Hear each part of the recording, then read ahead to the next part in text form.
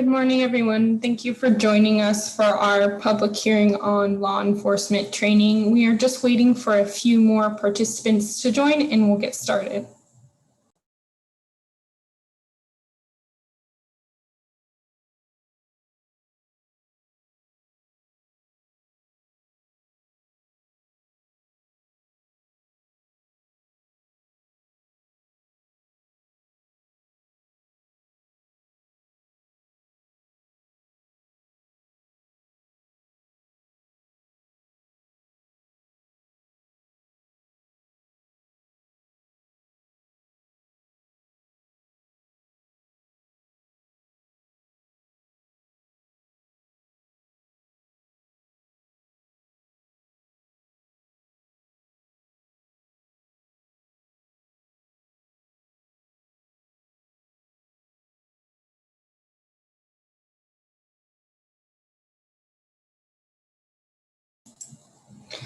Thank you everyone for joining us this morning.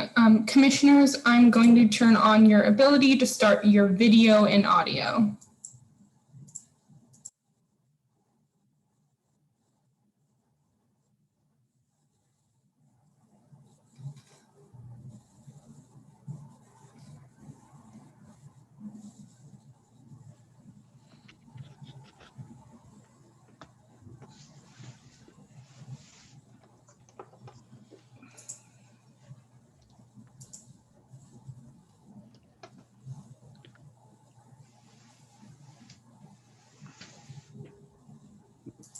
Commissioner Emerson. Good morning, everybody. Sure. So Ethan, is the audio okay?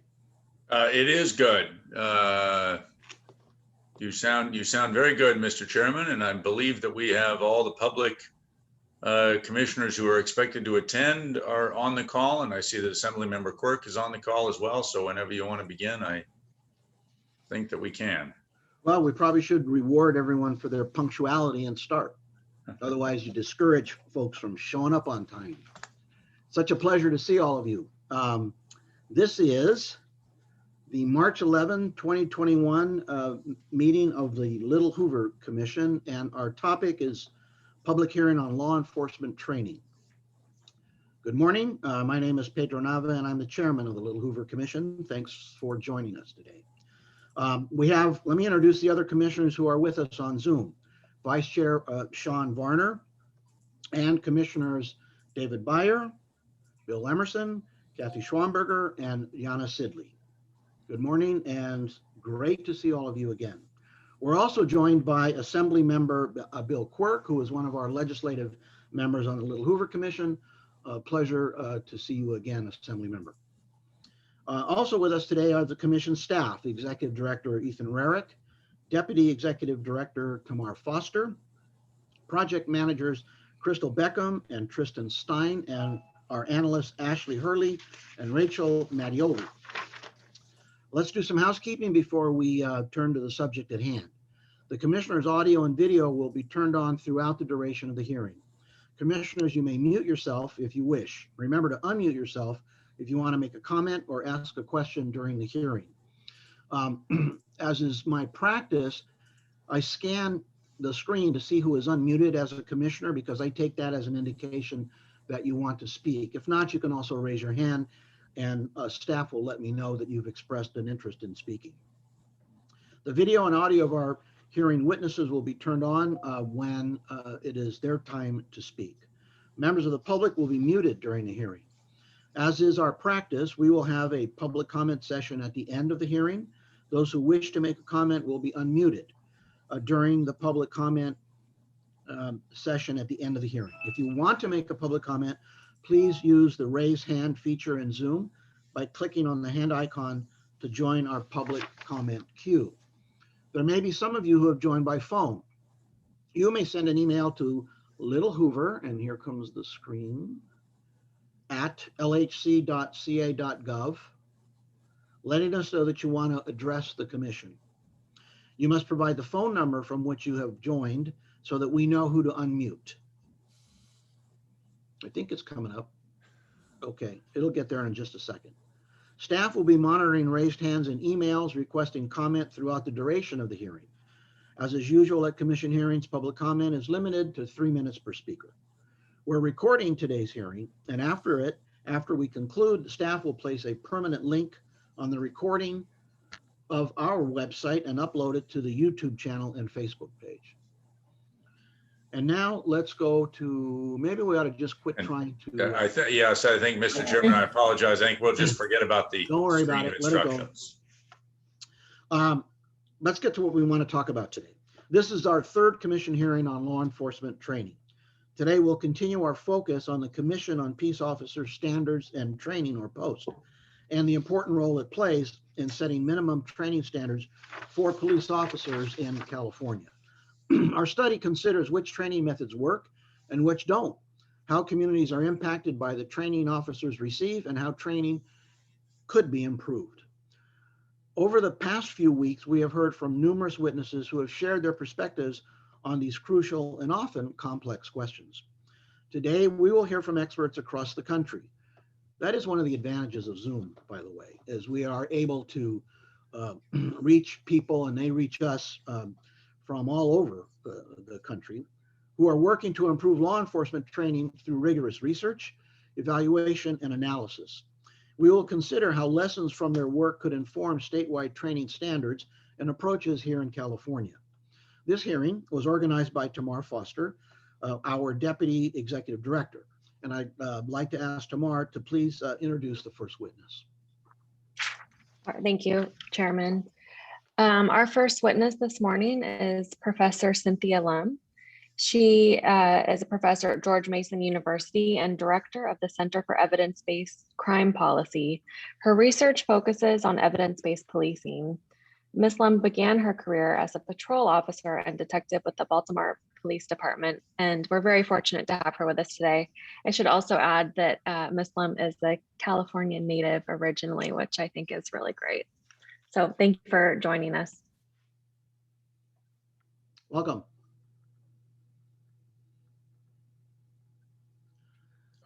Oh, she's muted. I believe, Ashley, Okay. there we are. Does that work? Unmuted her. We can hear you now. Yes. Okay, wonderful. Thank you, Tamar. Thank you, members of the commission, for having me here today. I'm really honored to address you and also the state of California. I was born in Lakewood and grew up in Downey and went to UCLA. So I have strong roots in California, and I'm happy to be back, even just virtually. In my time today, I wanted to address two things based on my conversations with Tamar and my understanding of what your charge is. The first is to discuss the idea of evidence-based policing, particularly in the context of police training. And the second is to try to provide some examples of what these concepts mean in practice. Much of my work focuses on this idea of evidence-based policing. It's grounded in the belief that science and research should have a seat at the table in public safety policy and practice.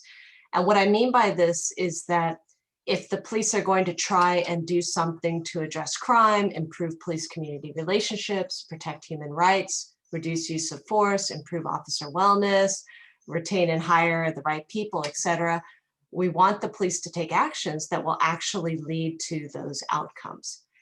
And the connection between action and outcomes lies at the core of science and evidence-based approaches. Research really forces us to not be swayed by, for example, our personal experiences, anecdotes, hunches, instincts, or biases. Instead, research and science, both as inputs and also as an approach to thinking about problems, means that police organizations really have to adopt a dynamic learning approach. What this means is that agencies have to recognize and accept that new, relevant, and reliable knowledge about policing and public safety is constantly being developed, and subsequently that agencies have to stay on top of this knowledge and also contribute to the development of this knowledge, so to be able to exercise the highest levels of professional competency in their everyday tasks, such as patrol or investigations. More specifically, evidence-based policing is an approach to policing that involves really two things. The first is the generation of the evidence base itself, using reliable scientific methods to figure out, for example, whether things like police preventative patrol activities, traffic or pedestrian stops, community policing programs, or training programs actually work to deliver on what outcomes the public and the police seek. In modern advanced democracies, these outcomes are really equally two things: the prevention and deterrence of crime and the provisions for public safety, and equally so the maintenance of high quality legitimacy and accountability to the public. But evidence-based policing is not just about evaluating and generating high quality knowledge, but just as importantly, figuring out how to disseminate, translate, and institutionalize that knowledge into everyday police practices and officer competency. And this is, of course, where the challenge lies, especially in training and in the Commission's charge. So, okay, what does evidence-based policing mean specifically for training? Well, I want to make a few key points here. First and most fundamentally, there has been a great deal of knowledge already amassed about effective policing operations in terms of both crime prevention and deterrence, as well as improving police community interactions. At the most basic level, this evidence needs to be taught. However, the short amount of time of American police academies is spent on many things, but the evidence-based policing is unfortunately not regularly one of them.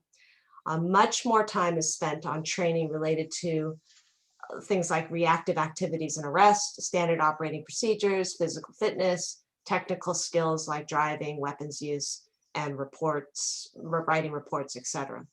While these things are important, the evidence about effective policing is either not covered or covered only superficially, but not to the extent that officers could claim competence in it.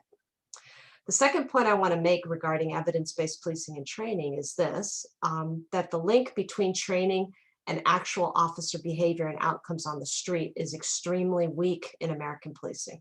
This makes the Commission's charge particularly challenging, not only given that the evidence base is not strongly taught in the first place, so we wouldn't expect corresponding behavior in the street. However, more generally, American policing has some very dominant characteristics that make it difficult to connect even the best of training to actual behavior. What do I mean by this?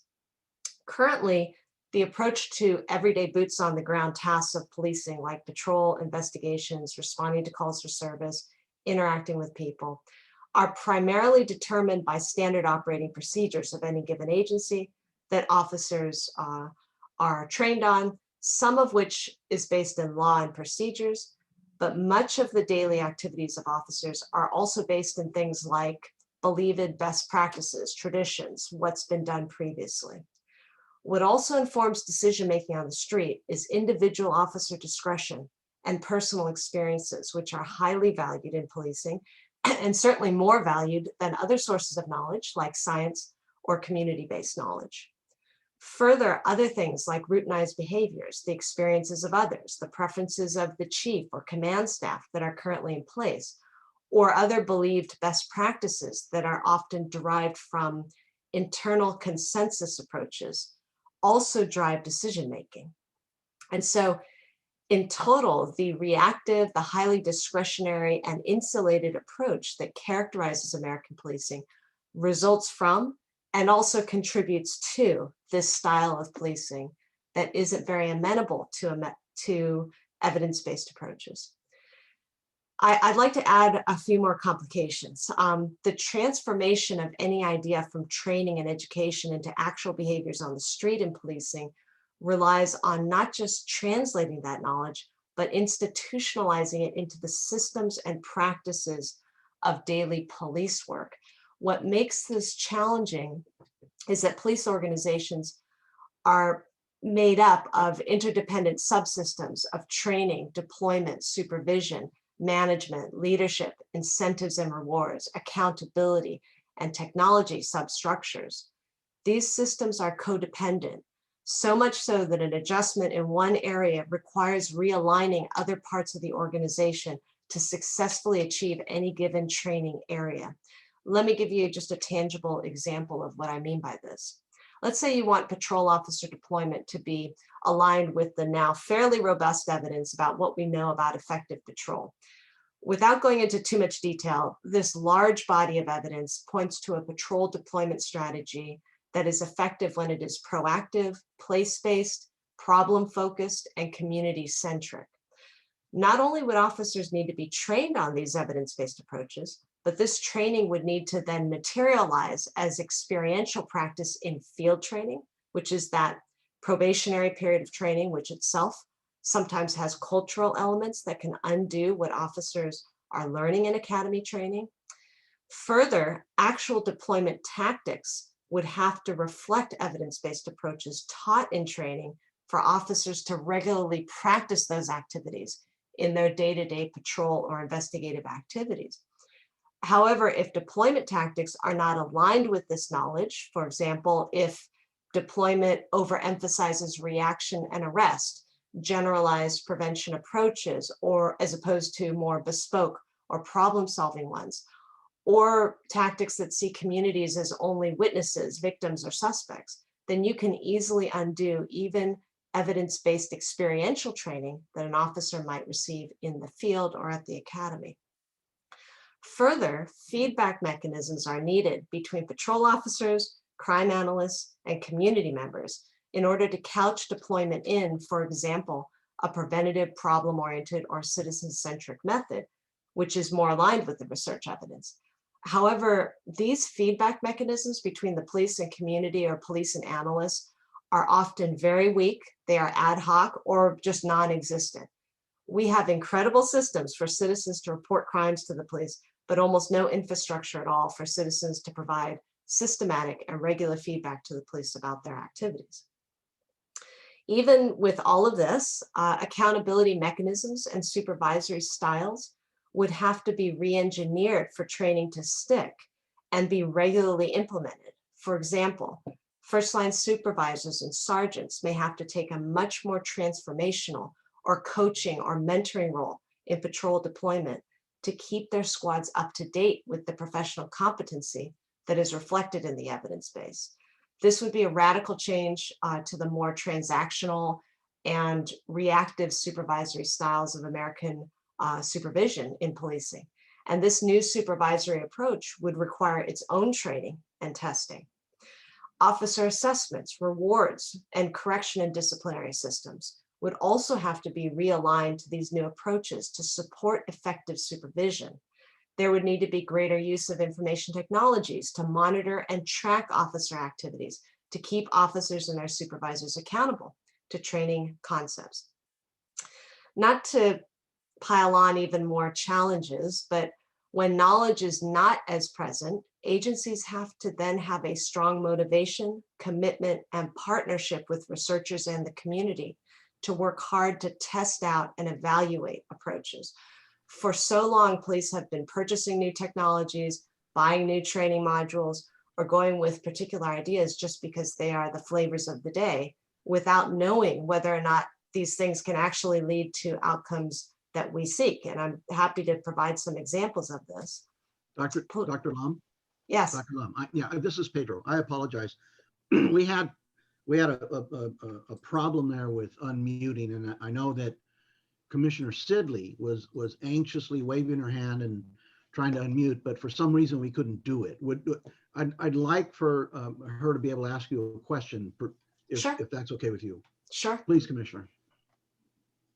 Thank you so much, and thank you for your testimony. I'm wondering if you could share with us a little bit more of the hands-on data that you have accumulated. Where you're able to do this work, and also how translatable is that data? So if the analysis is coming out of Baltimore, is that something where we can use science and data to Los Angeles, or are the communities so disparate that each area needs its own data set and science in order to implement what you're speaking of? Thanks for that question, Commissioner. What I'm speaking of is generalizable. I am not talking about any specific agency. I've done work with multiple agencies across the US in various states, and many of them are very similar. In fact, They are fairly stuck. And when I say American policing, I'm referring to a lot of American policing across the board, from California to New York and everywhere in between, small agencies and large alike. Agencies are stuck in a reactive approach that is not evidence-based. Many progressive agencies would love to implement evidence-based approaches, things that we know can deter and prevent crime, that can improve relationships. And some of them have very good intentions. They are actually doing the training modules in their agencies to accomplish these things. A very blunt example is the Minneapolis Police Department, who had many different types of advanced progressive training prior to Chauvin killing Floyd. So, this is the challenge and the point that I'm trying to make. And I can stop my conversation, but the point that I'm trying to make is that even with new training modules, even if the post adjusted some of its training modules to be more aligned with the evidence, or even if it included new training modules, people are talking a lot about procedural justice, implicit bias, de-escalation, right? It's not that those things are ineffective per se. The challenge is that we don't have enough information on how to get those things to actually work and be optimized in practice. So you can train officers on implicit bias and still have disparities that result from police actions. And part of that is not necessarily because they don't recognize their implicit bias. Part of it is because of some of the deployment tactics that are used are going to lead to disparity in policing outcomes naturally. The question is whether or not, it's not whether or not there's disparity in criminal justice. There's always disparity in criminal justice. The question is, how much of that disparity is unwarranted? How much can the police department control? How much can it, working with the community to control? How much of it is harmful and hurts police legitimacy? I mean, there's so many implementation issues about supervision and that's where the challenges are. That's where the rubber is going to meet the rubber meets the road. I was just going to close some of my comments by saying that reform in policing, this type of reform that you all are really committed to, is like elbow grease work. It really has to do with micro level adjustments. Because even if the post makes adjustments to its requirements and its training, the California Post still relies on field training. It then relies on the supervisors to actually implement it. The translation of that training is, it can be undone by a single statement of a supervisor. And that statement goes something like this. The chief is just making us do this, so just get it done, officers. Look, it's just whatever this is, fine, but just do it and fill out this form and say you're doing it. That is the worst thing a supervisor can say to an officer, because that essentially delegitimizes a project or a program that is evidence-based. And so there's so much, and this is what I mean by when I say that the systems in policing are so codependent on each other, and they're so locked in with each other. For those sociologists in the room, it's like a wicked problem. It's like a Gordian knot, right? And no, Alexander's sword is not going to cut this Gordian knot. You got to go in there and untie it. And the only way to untie it is at the micro level. Other things are, it's hard to mandate something at the macro level. Sorry, That's all right. Commissioner Maguire has a question for you, Doctor. Sure. Sure. I'm going to stay at the Gordian knot and the sword. We're a state commission, and we're to give advice to the state of California. Our job isn't to implement micro changes. So given that, if you were giving advice to the governor and the legislature about things the state of California could do, and just take on board that we agree completely with everything you said about systems and subsystems and conflict between post-training and field training and supervisory activities, the absence of evidence, the difficulty in translating it. Just assume all those things are true.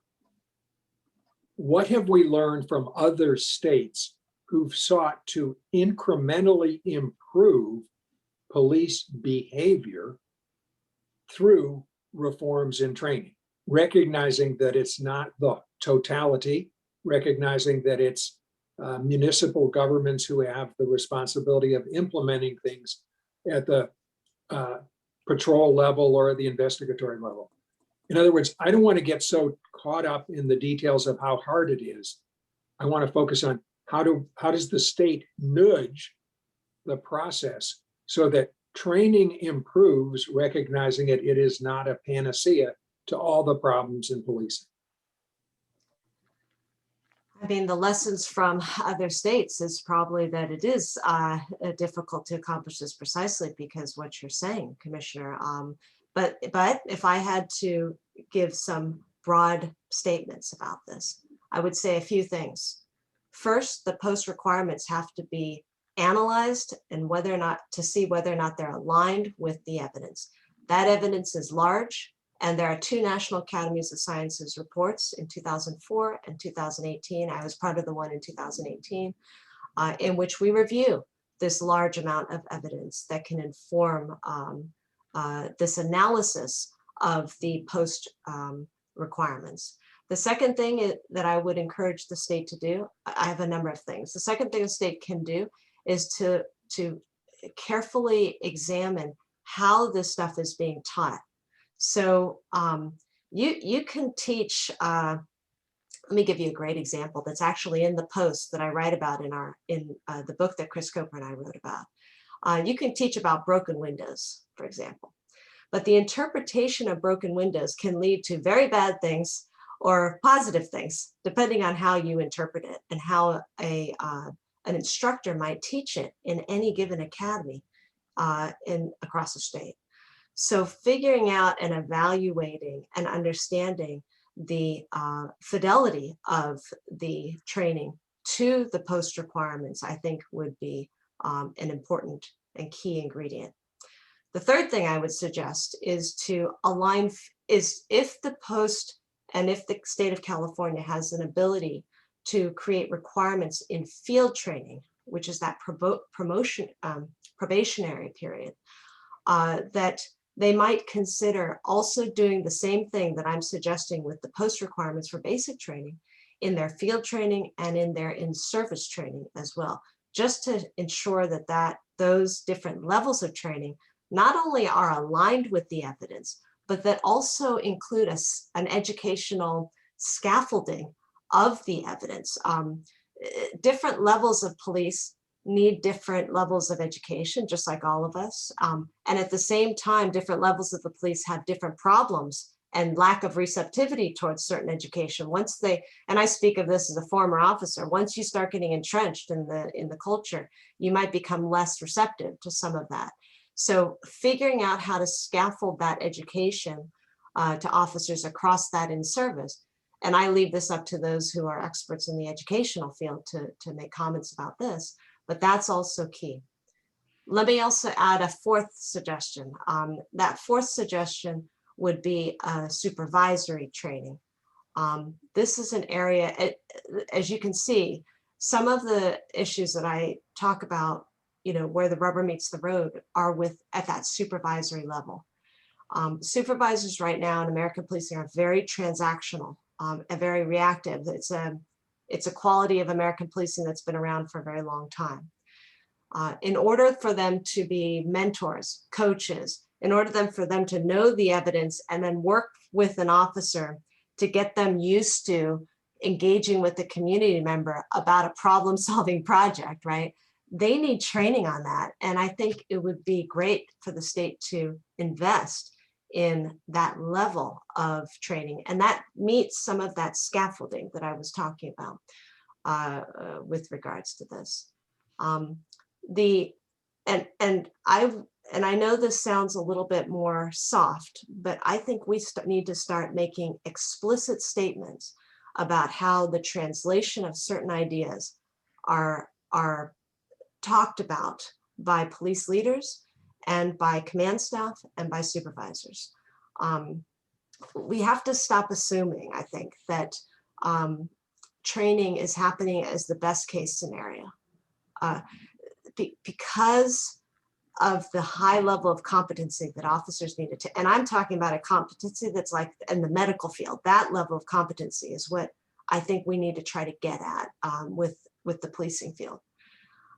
Because we need that level of competency, that translation of that science to the boots on the ground, quote unquote, clinicians, right, which are your officers in this situation. It really matters how that's delivered.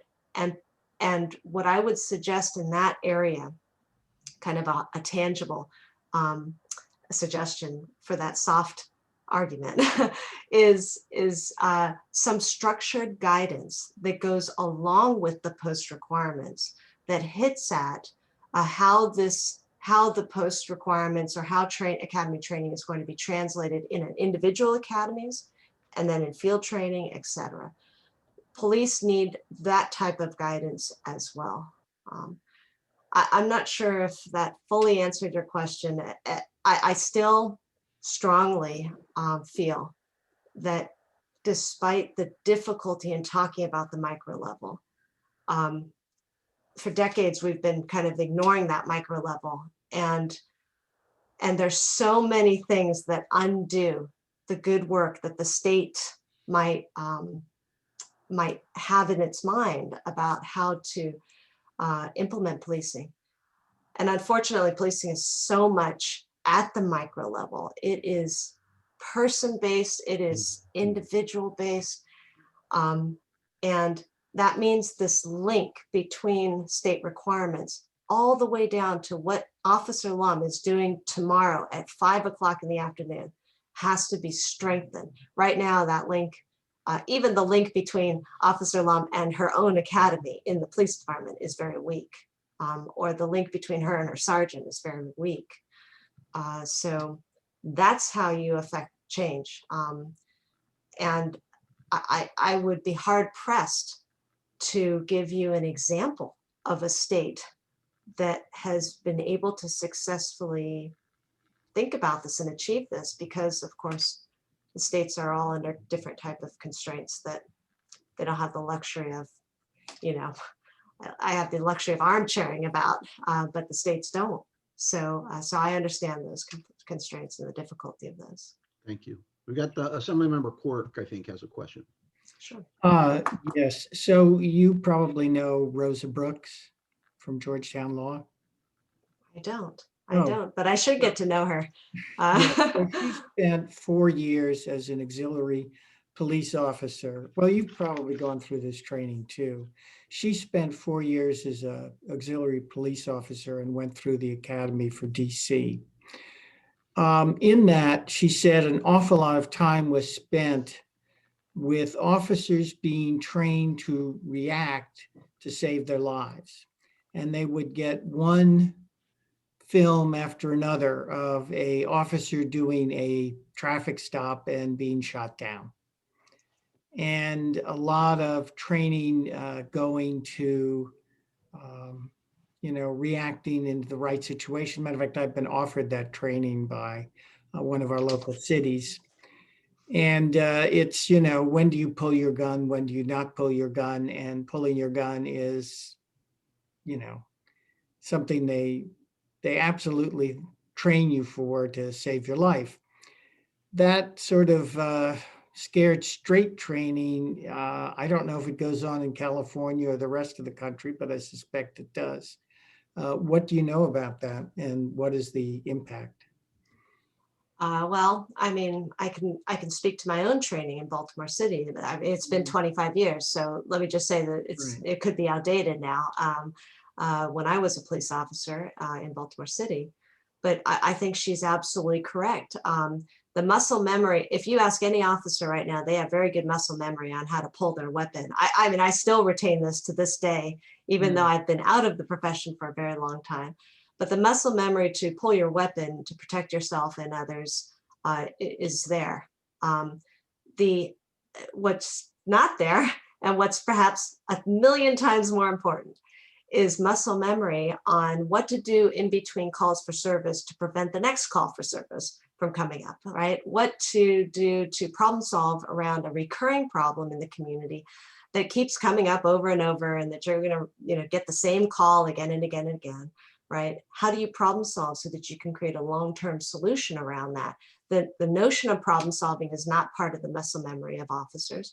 Simple things like engaging with community members in the most appropriate ways, or thinking about ways that my own actions might create harm to an individual or a community member. Those things are not necessarily part of the muscle memory. So she's right. A great amount of time in the very short amount of American Academy time, which is usually about 6 months, is spent on things that are not connected.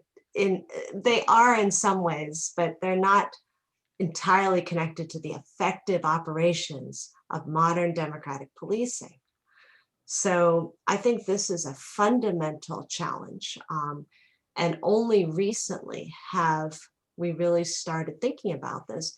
And by the way, a lot of my own research is empirical quantitative research to try, and systematic research to try to understand what officers are doing on a day-to-day basis.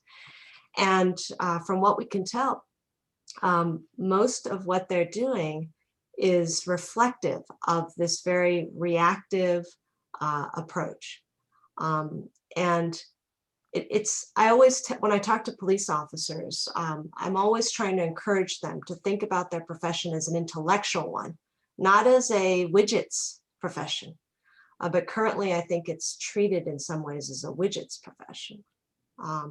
It's incredibly an intellectual profession. There's so much competency, professional competency that's needed on all sorts of different things in policing that, like I said, it's like the medical field. Police have to be constantly trained on the new evolving knowledge that's coming out, on changing knowledge. There was a time when we didn't know as much about harms that the police can do to their communities that we know now. And I mean, I could go into just the knowledge on prevention and deterrence, which is one of my areas of expertise.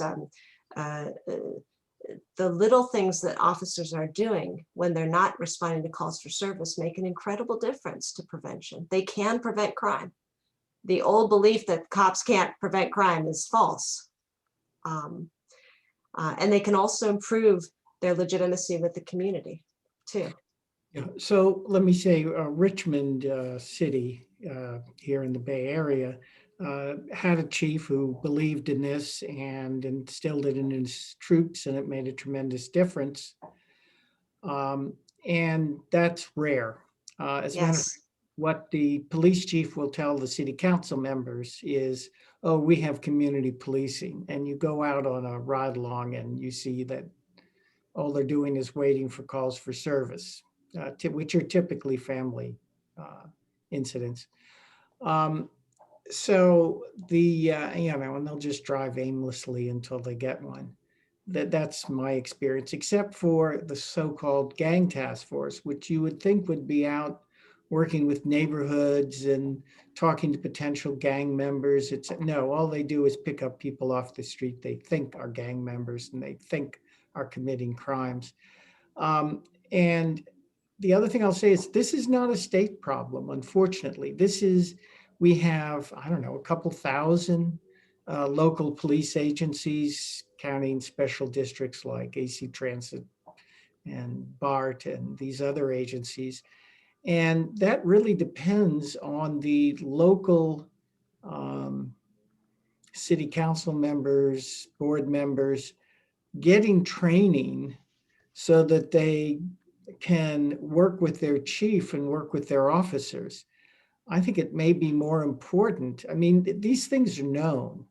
And while we do want to teach our officers, we really have to have our political people who hire the police chief. Unfortunately, we don't hire our sheriffs to get elected, which is awful. But I think it's at the local level, at least here in California, that we really have to train the politicians and the chiefs to change the culture, because this stuff really is known. I was just going to say that oftentimes expectations are so incongruent across police, community members, academics, people in politics, community leaders, that with that incongruence comes a lot of misunderstanding about what the police are capable of, or what citizens are capable of asking from their police. But I would also say, Assembly Member, that going back to your comment about the leadership issue, we can know one thing. I do think I really am optimistic sometimes about efforts at the leadership levels and at the state level, but I don't think we can rely on charismatic leaders who are great. You know, they may believe in this and they might, you know, go for it, but as we know in policing, the lifespan of a police chief is like 3 to 5 years, if any, if that. And so things can change on a dime in policing. I've worked with agencies where I would work with them for a few years and we really make progress. And in a single day, you can take 10 steps back when the police chief changes. I agree. Yeah. I'm saying that maybe what we need is to train political leaders and chiefs. I see. That's the comment I'm going to make. And I would hope that the Little Hoover Commission, in writing this up, would talk about that. Perhaps you could, because without them being trained, and I mean going, part of that training would say, go out and see what your officers are doing. Frankly, I did that. I didn't like what I saw, but I didn't know what to do about it. And this is while I was on city council as opposed to being an assembly member. As an assembly member, I'm dealing with this at a very great distance. And what you're saying is you can do all the post-training you want, and we should, but it's the culture that's out there that matters. And so I think training chiefs and training political leaders to demand more might be more of an important agent of change than just changing post-training. And perhaps you could comment on that. I see. I'm sorry. I think partly I misunderstood on what you were talking about, but I agree that if local leaders also don't know what to expect, right? So that's partly on the burden of academics as well, and disseminating our information and getting it out there. Because if the evidence is not known, which it sometimes isn't, sometimes local leaders will believe one thing about police and crime control, which is not really true. Well, there are long-standing examples of this. DARE is a great example of this. People use that a lot, but there are many other things. Body-worn cameras is another good example of this. People tend to believe that body-worn cameras can increase accountability with policing, but I do a lot of work on studying body-worn cameras in terms of what the research says, and the jury's still out about whether body-worn cameras can improve accountability in policing. So yes, education is needed all the way around, including with academics who, you know, we really need to get out there and see what is the reality, what is the empirical reality of what's going on, as opposed to what we might be suggesting might work as an ideal. How does that get implemented, and what are some of the barriers to implementation? Yeah, so I agree with all the things you've recommended for post-training. What I also think we need to do is to have some sort of training for people who become chiefs and training for our political leaders. And I would hope where this might end up in our final report. Thank you, Assembly Member. Vice Chair Varner, you've been unmuted for a while. Thank you.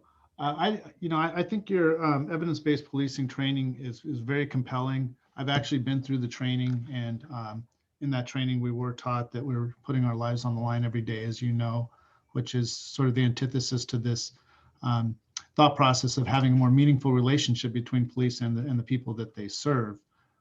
I have talked to people since we started the study. I've been talking to people in leadership at various police organizations, and what I'm hearing is that there is that I think it's pretty universal that they want to have a better relationship and a more meaningful relationship with the people that they serve, but they're overwhelmed by their reactive calls, and the time to go out and actually engage with the community is very difficult. They just don't have that luxury to do that based on the amount of calls they're getting. I was wondering if you've heard that or have thought of how to address that, and then Yep.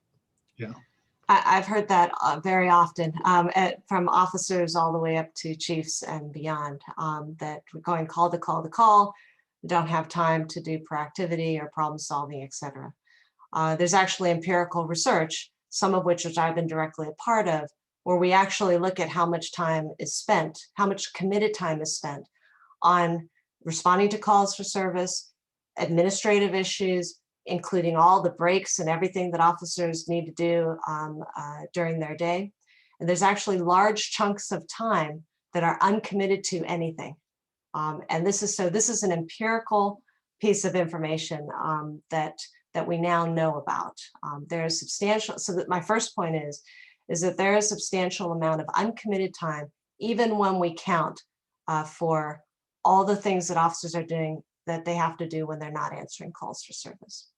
The second point that I would make is that what officers do in between their calls for service, I like to call it the gold of policing, because if that gold can be reached, you can reduce the number of calls for service.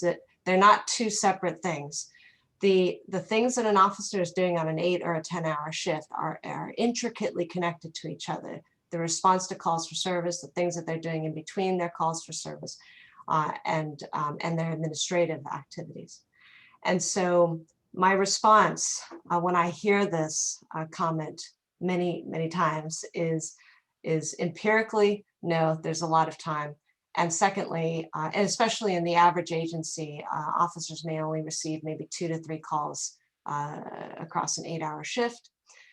Of course, if a place is very widespread, so if you have a jurisdiction in which an officer's beat is not like my beat, which was a 4-block by 4-block beat, then yes, some time is taken up by traveling to and from calls for service. But even when you consider travel time between calls for service, you still have a substantial amount of time, of uncommitted time.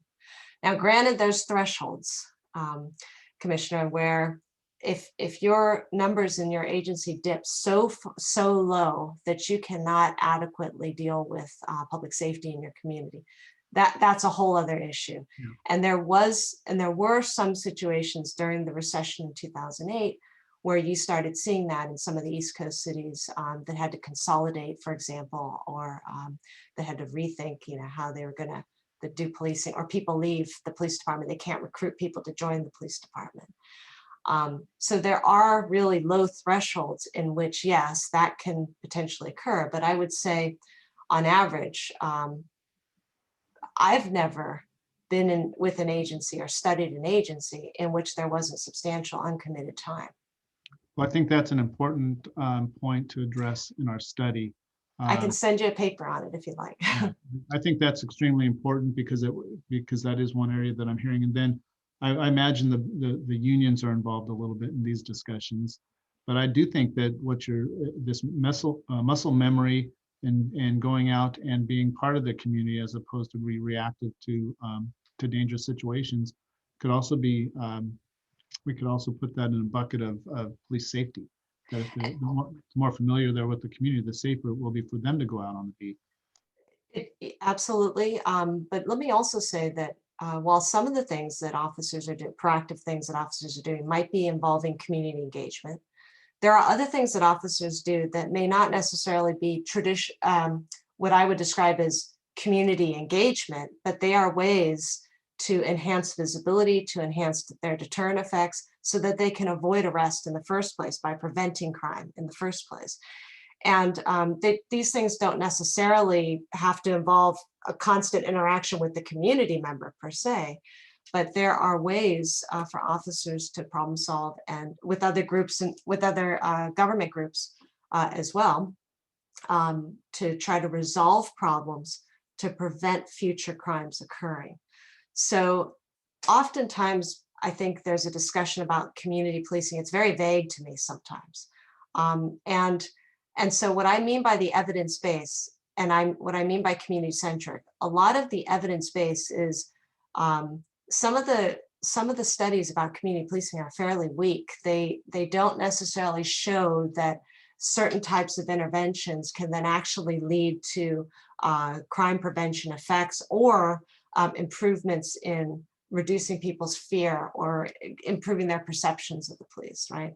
So whether you're talking about community-oriented approaches, or you're talking about problem-solving approaches to crime problems, or you're talking about everyday patrol visibility and the way officers are moving their cars around, for example, during their 8-hour shift, those things, or investigations, I haven't even gotten to investigations, or these specialized units that have very specific problems that they're trying to address, right? All of those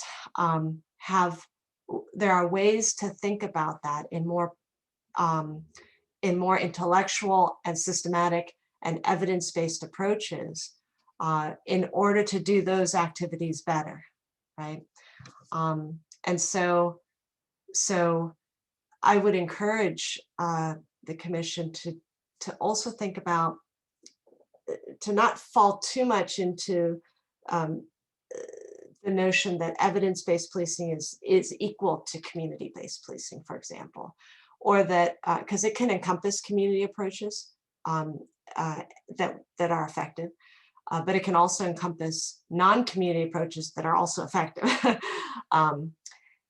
And let me also add that one misnomer about evidence-based approaches, people often equate it with like data-driven approaches. Yes, data and crime analysis, and maybe Commissioner Sidley, this goes back to your question that I fear that I didn't answer very well. But going back to that question about data, information, data analysis is important for certain things like measurement, evaluation, accuracy in targeting or what have you. But that's only really one part of this larger framework of evidence-based approach. You can run data all day long. You can generate trends. You can look at how crime has increased this week to next week, et cetera, et cetera.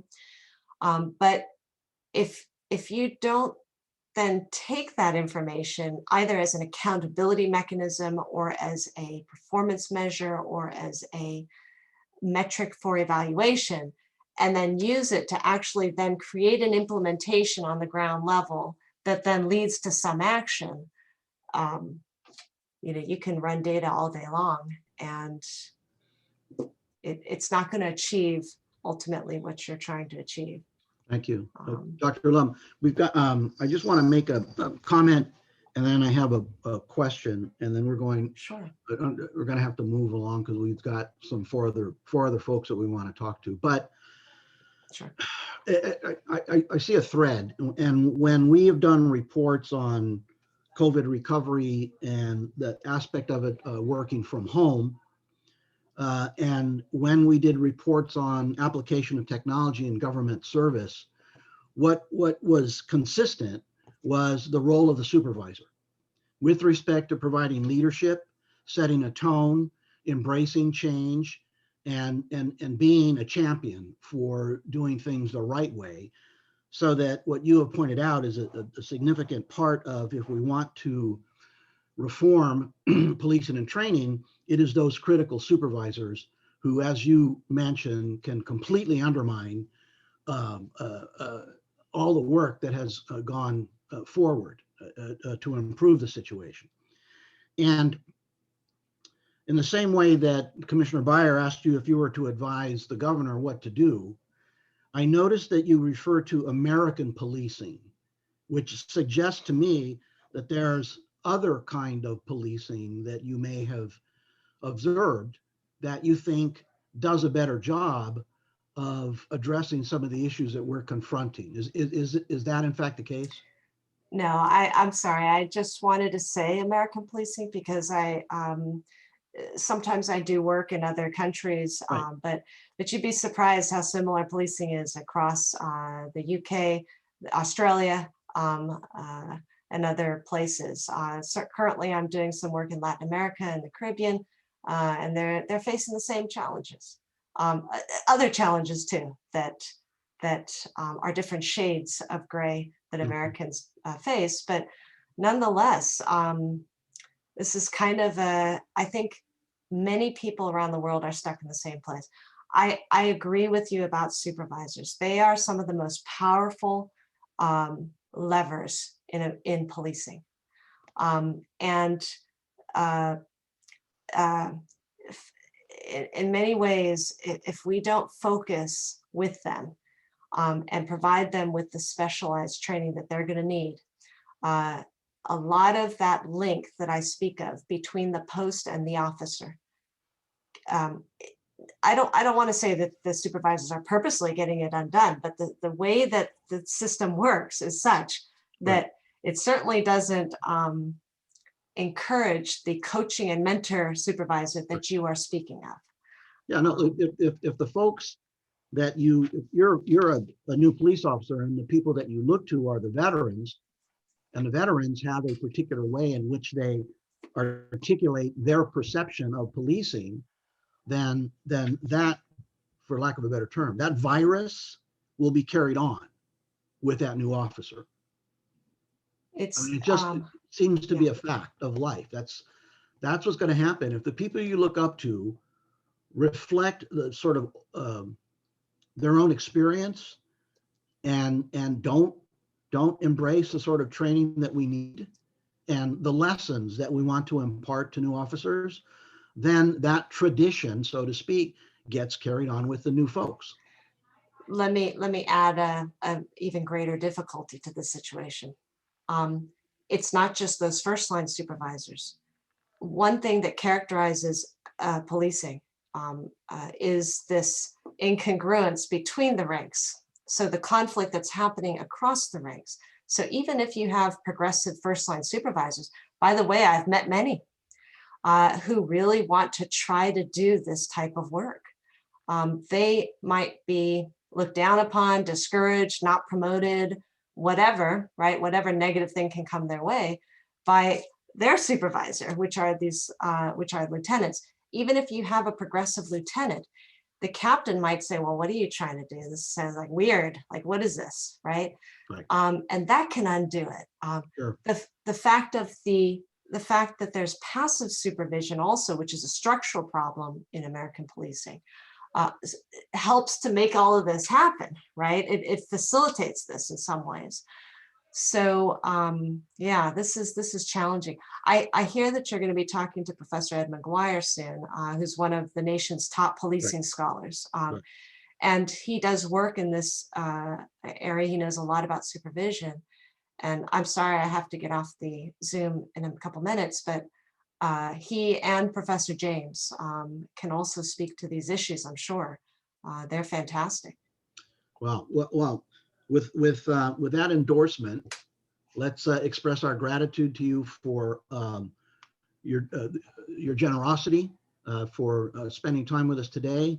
And thank you so much for the work that you've done in the past. And I'm sure Tamar will continue to mine your experience and even pull out more in terms of nuggets that we'll be able to weave into our report. Thank you, Dr. Lum. Thank you, everyone. I appreciate the time. Tamar, if you would be so kind. Yes, and thank you, Dr. Lum, for joining us this morning. I'm going to call up two witnesses now, Mr. Chairman. There's Staci Yutzie. She is the Program Development Coordinator for the Oregon Department of Public Safety Standards and Training, where she has coordinated the development and implementation of a new basic academy for the state of Oregon. She currently serves as the interim manager for the Department Center for Policing Excellence. And I'd also like to call up Professor Stephen James. He's an assistant professor at the College of Nursing at Washington State University. His research focuses on the interaction between law, policy, training, and practice relating to operational performance of law enforcement personnel. Welcome, Staci and Professor James. Thank you so much for joining us this morning. And I just ask that you each provide your prepared remarks, and then we'll open it up for the commissioners to engage with questions. Welcome. And we've been joined by Commissioner Senator Jim Nielsen. Welcome, Senator. Thank you, Mr. Chairman. I've just adjourned the committee in session, and now I may join you. Thank you. I'm going to let Staci go first. Hi, good morning. Thank you. Thank you, commissioners. My name is Staci Yutzie, and as Tamar said, I'm with Oregon's Post Agency. And within our agency, I'm in a small unit called the Center for Policing Excellence. And we were a unit that was created by the Oregon legislature in 2013 to promote the use of data and research in policing. And at first, our focus was primarily external. We worked with a lot of constituent agencies to help them to kind of implement practices that were supported by research. And we leaned heavily on the work of Dr. Lum in the Center for Evidence-Based Crime Policy in that work. So it was really exciting to see her before me today. CPE, our group, we wanted to apply this same research-based focus to basic training. And so in 2015, our group took over basic training, programming and curriculum for the Academy. And so today I'm just going to give you a kind of a high-level overview of our process. So we wanted to build a new basic police training program that was really grounded in research, because as you've heard from Dr. Lum and many of the other presenters in this series, there's really a lack of research that relates to the effectiveness of training. There is, however, a growing body of research that tells us what's not effective. And so this really focuses on some of our long-standing police training practices, these big blocks of training that really occurs in isolation or in kind of silos. There's also decades of research on learning and transfer and work that comes from the field of education that we can and should be applying to the way we develop our officers in training. So we became interested in this research on measuring police performance, and this is the work from Dr. James and his colleagues that you'll hear about from him. And so in 2016, we contracted with him to help us figure out how to build a new academy that was really based on these performance metrics. And we really looked at how we could apply the science of learning to improve our training. So in order for our academy to meet the diverse needs of our state, we developed our program using a series of collaborative work groups. And we sought diverse perspectives for those work groups, both in and out of policing. So we did include community members as part of each of our work groups. And we set out to develop the first phase of our new program, just focusing on how to prepare recruits for interacting with the community. And that was it. That's all we focused on with the first phase. So we started with that outcome of preparing them for these interactions with the community. And then we worked backwards to create the learning experience that supported that outcome. So this process didn't start with kind of the traditional identifying course topics, or even worse, assigning hours to a topic. Topics really developed as part of this collaborative work group process. And then the last step that each work group did was really decide how many hours were going to be allocated to different topics. And that was based on what we developed to get us to that outcome. We mapped the performance metrics that you'll hear more about from Dr. James. We mapped them throughout our program. So we knew where each metric would be introduced in training. And this informed us where we could subsequently refer back to a metric, where we could build on it, and where we could expect to see it demonstrated in recruit performance. And so to pull all of this off, it really included a complete change in how we deliver training. So we moved away from those kind of traditional big blocks of training We created shorter, more frequent sessions. Everything is very connected. We don't have all the standalone topics that are so common in an academy. We moved away from the traditional delivery method of a lecture and a PowerPoint slide, and instead we really implemented training that was based on effective learning. This included a complete change of how we deliver our scenario training. And I will say that this shift in a methodology like this required us to retrain all of our instructors. So it's a big lift to do this. But an important part of this revision was really our ability to measure our results and to make adjustments based on that data. And again, you'll hear more about this from Dr. James, but he began collecting some baseline data on those performance metrics before we implemented the new program. And while our phase 1 moved into the evaluation stage with him, we convened a new work group and started developing phase 2 of our program, and so on and so on. So we've repeated this process. We're now developing phase 3. Phase 2 is under evaluation, and we're planning for an August implementation of phase 3. So Dr. James has given us the evaluation of phase 1. Like I said, he continues to collect data for evaluating phase 2.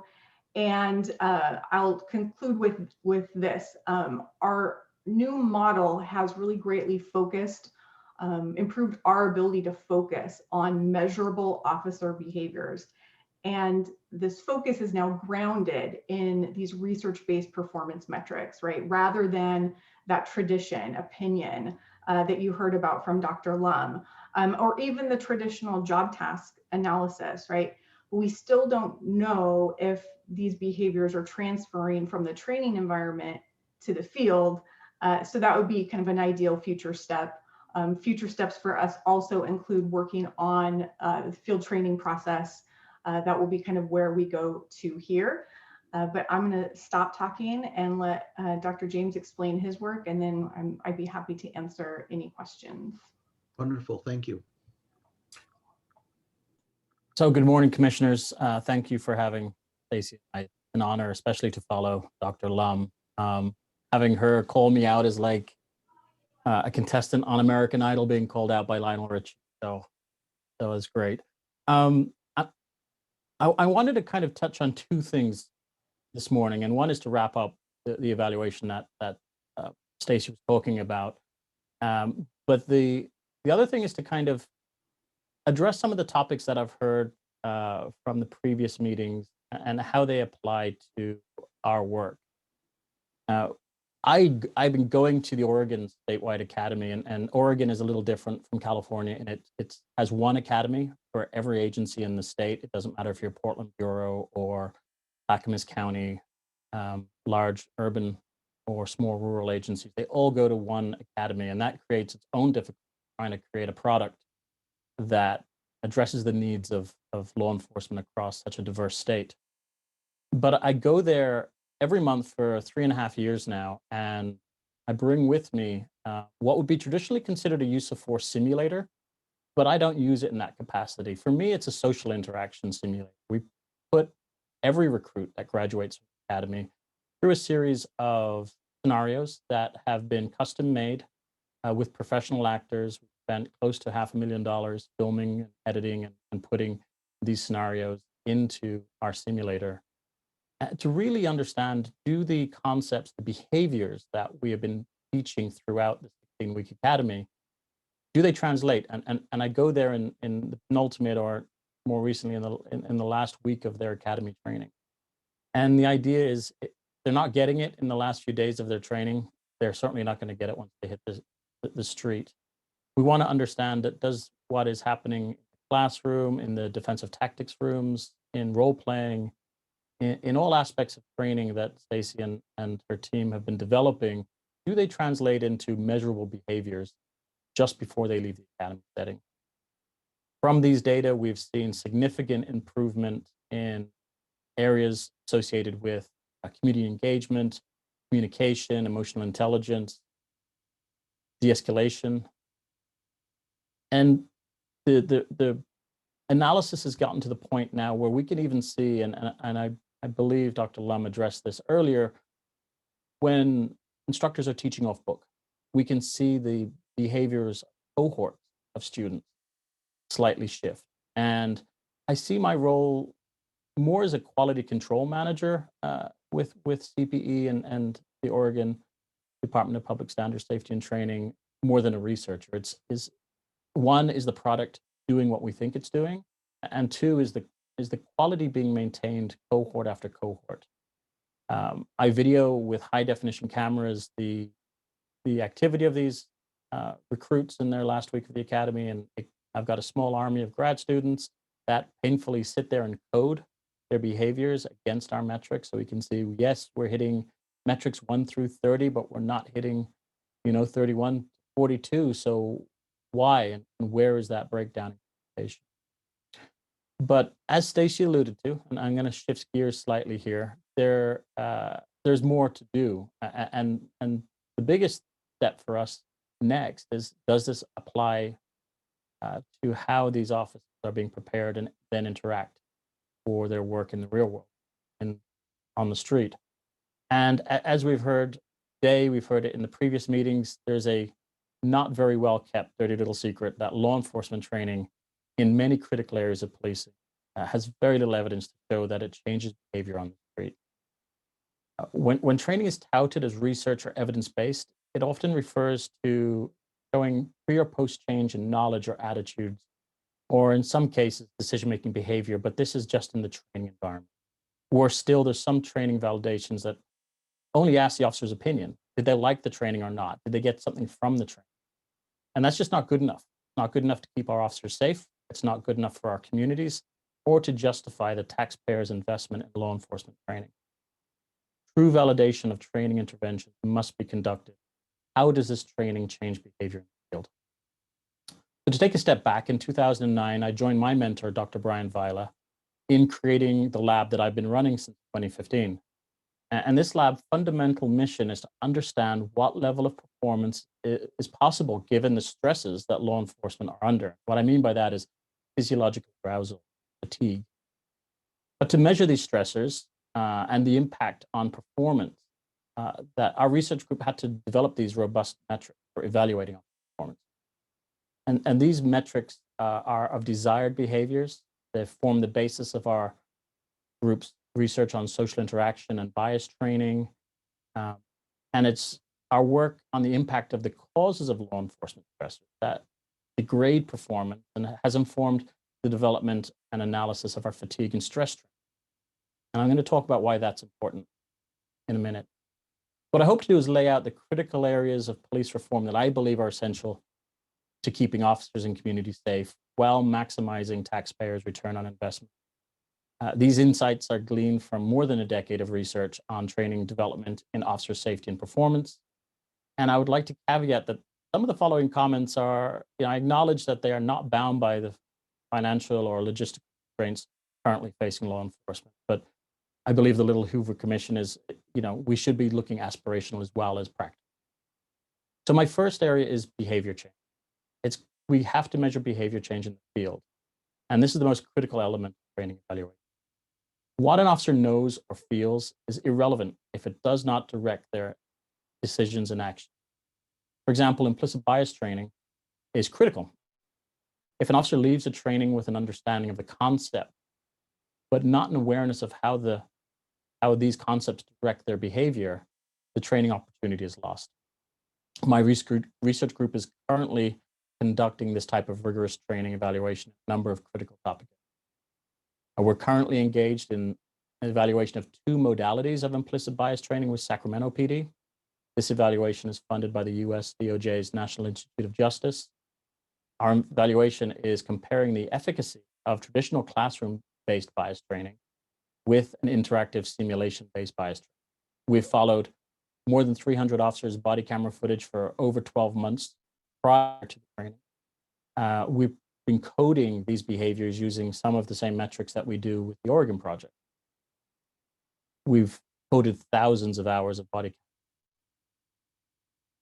Sacramento have broken into 4 cohorts where we have a control group that have not received the bias training, a classroom-based bias training cohort, a simulation-based training cohort, and a smaller cohort that received both modalities.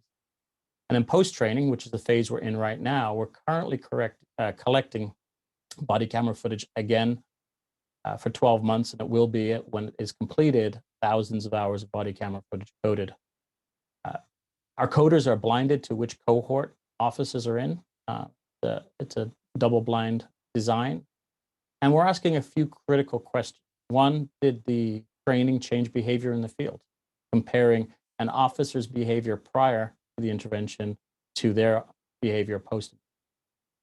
And if so, which modality was more effective, the classroom or the simulation, or both? And then thirdly, how long did this training effect last? Did officers revert to pre-training behavior after a given? And we believe this is the first evaluation of effective behavioral evaluation, effective implicit bias. Another topic area we are engaged in training evaluation is reducing officer fatigue and stress. Here we have several evaluations currently underway. One for the UK Police College with selected constabularies across the UK, for Ottawa in Canada with their police service, with CDC NIOSH, the National Institute of Occupational Safety and Health, and again for DOJ, NIJ, when this is based in Seattle.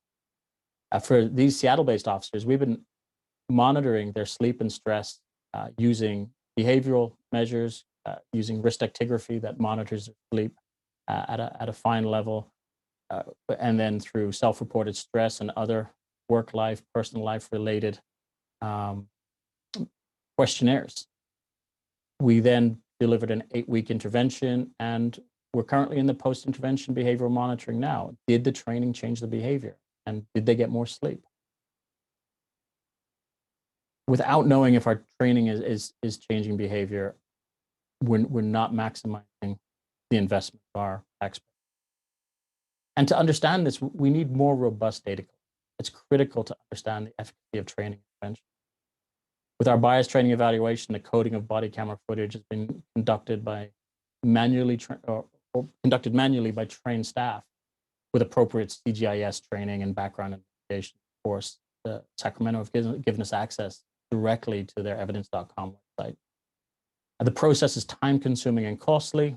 However, we are working with companies to develop artificial intelligence and machine learning processes to automate this. The idea being that aberrant behavior or disparate service provided to different communities can be flagged for manual review. However, there's a really big problem, and that is the fear of collecting data within policing organizations.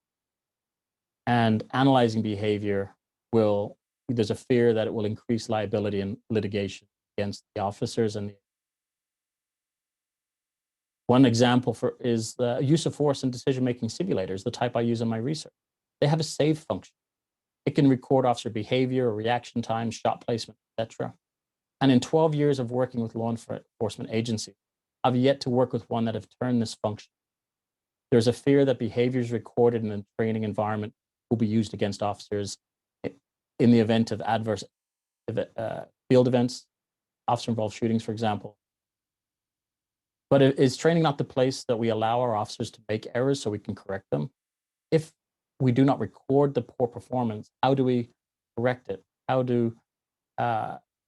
If an officer is performing so poorly in these simulated situations, if they're performing so poorly that their behavior shouldn't be recorded for fear of liability, then why are they allowed to operate in the street?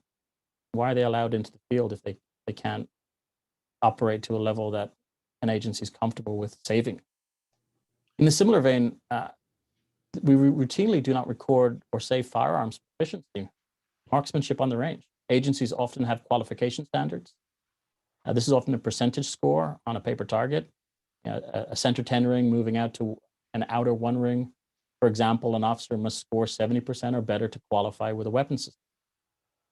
Don't get me started on the issues of arbitrary percent values. It's problematic in its own right. But we don't know if that's 10 rounds in the 7 ring or 7 rounds in the 10 ring and 3 complete misses because we don't capture these data. And what do we do? What we do know, we do not know if the training delivered the officer improves or maintains their performance. And we will not know if these trainings impact effectiveness in officer-involved shootings. Use of force and firearms training are often the topics to which the most time and resources are dedicated.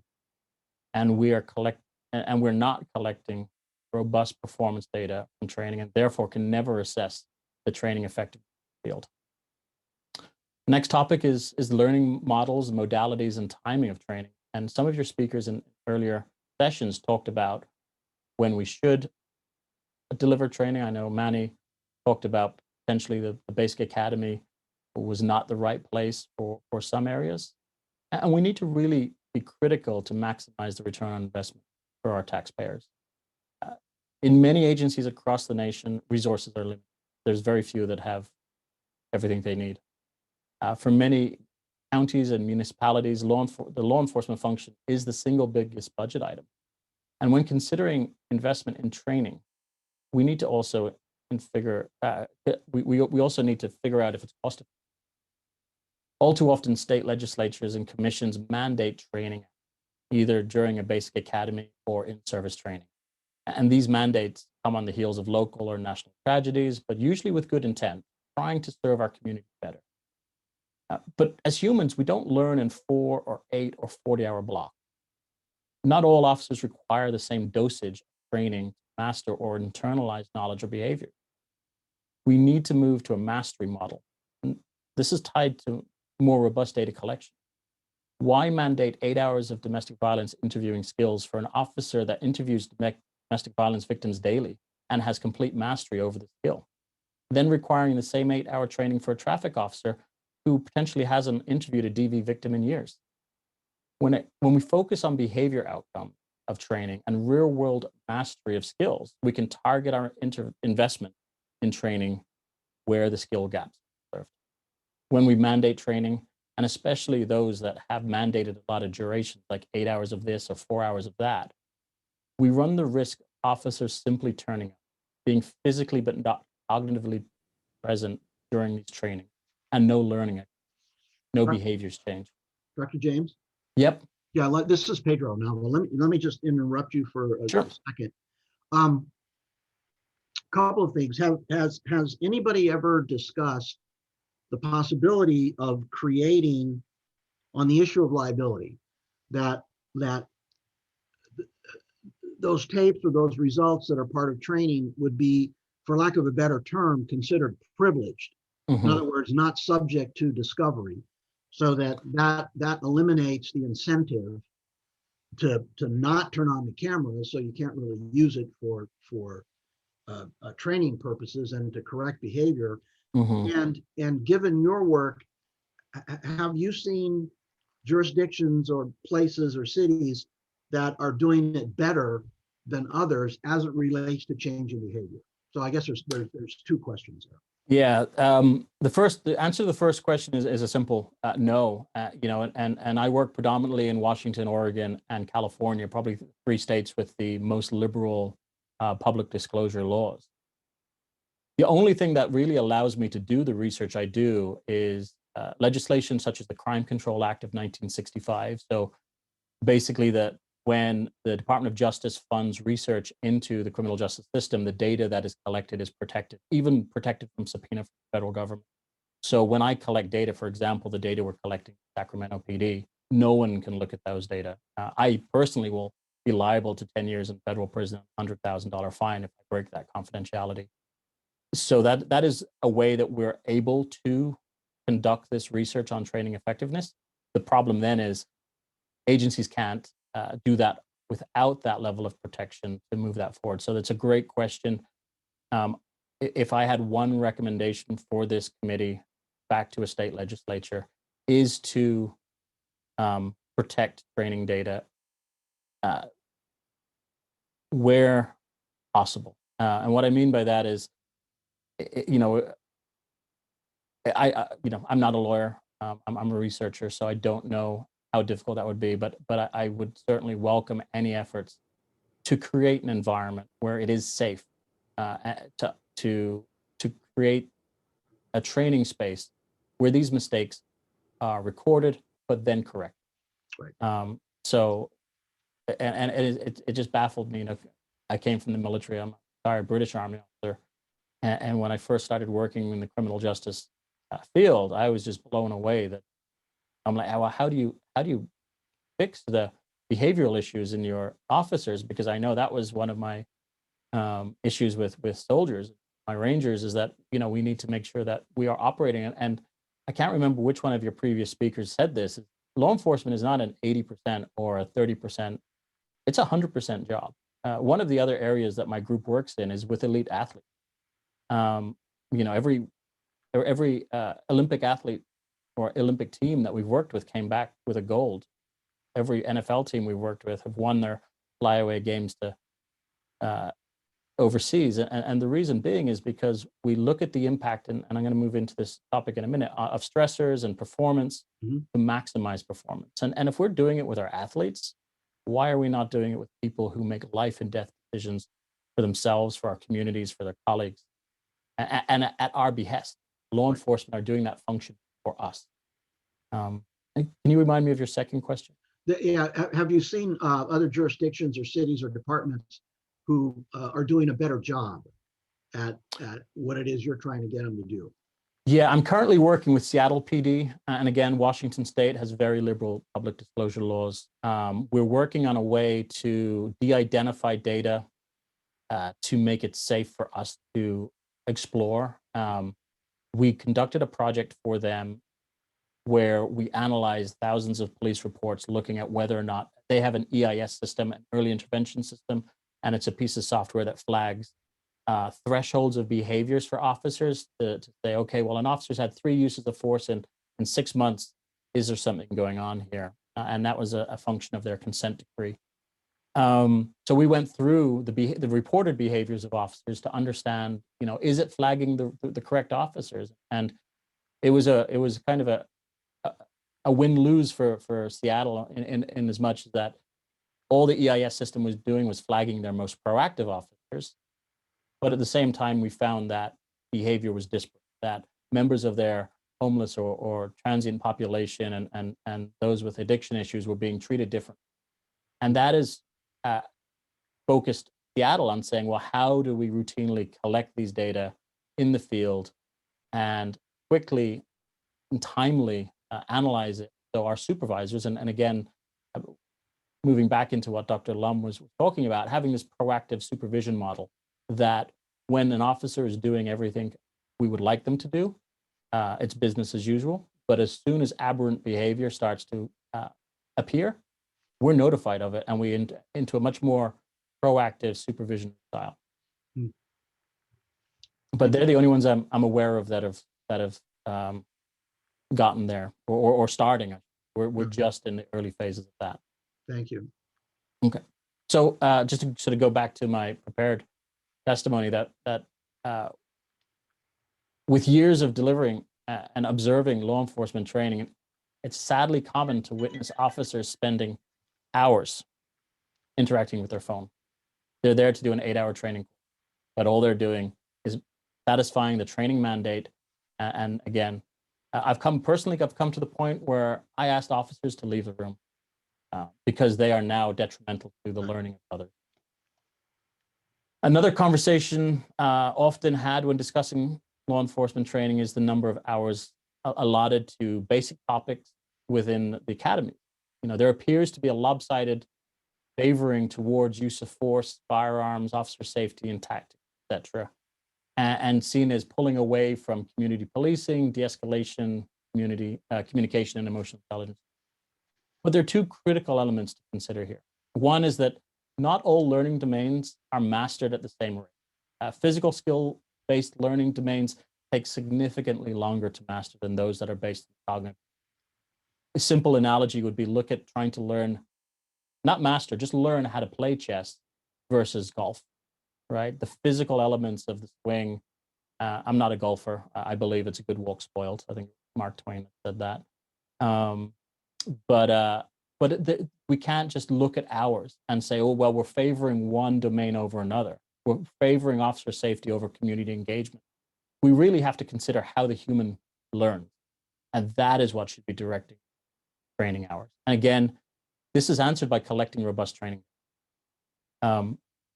We need to understand where each recruit is and where each officer in the field is over their mastery of a specific domain. The other issue is this conversation around hours is dedicated to learning and domains becomes moot when we start to deconstruct the siloed nature of traditional law enforcement. In many academies and in-service training settings, subject matter experts or learning domain instructors, facilitators teach and assess solely in their own discipline. This is often left, the student is then left to synthesize this learning from different domains and sometimes for the first time, in the field. This synthesis needs to occur in the training environment, and officers need to better develop the skills to integrate use of force, firearms, and tactics with community policing, with de-escalation, communication, and intelligence. Growing the understanding that all of these are officer safety enhancers, and that soft skills are not just when the stress or threat is low. And the synthesis of these skills, it's imperative to instill that confidence in an officer's own ability to keep themselves safe. And this is to allow them to decide and act and not just be reactive. We need to allow officers to engage their moralistic, executive functioning part of their brain, the prefrontal cortex, and keep them out of that reactionary part of the brain, the amygdala and the hippocampus. And the human limitations, because when people are unsure of their skill set in defensive tactics, in use of force, in firearms, they then operate from a fear-based footing, and they can never access that higher level of learning. So human limitations is really where my lab sits. They're ever present.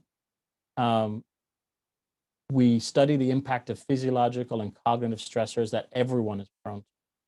But my lab holds this ethical position that we must hold law enforcement accountable for their actions and their exercise of the powers that we give them. We the people give them power. But if we hold someone accountable for a desired action, it must be achievable under the stressors they face. And that's what we strive to understand, this impact of stressors such as sleep deprivation, fatigue, physiological arousal like the sympathetic response, the fight or flight response, and post-traumatic symptomology. What impact does this have on officer performance?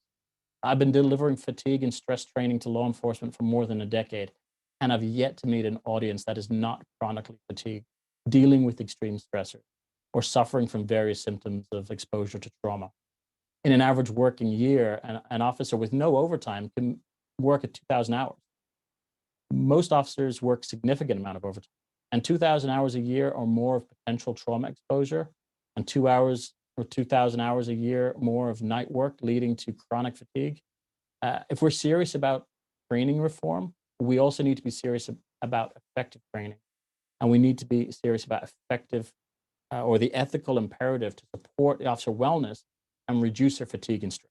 Because when an officer is well rested and not stressed, they can cognitively access their training. They can decide and act, not just react. When we fail to support the officer's wellness, we leave the door open. Yeah, I am encouraged. We're hearing more and more often from witnesses a focus on officer wellness. You cannot expect, if you're dealing with Olympic athletes, right, you can't expect them to perform at their best if they're exhausted, and neither should we expect our officers to perform at their best if they're exhausted either. Ms. Yutzie, you've been very patient and very quiet, but I from your material, you have been doing some important work with the Oregon Department of Public Safety. Can you give us a sense of sort of the changes and progress that you've seen?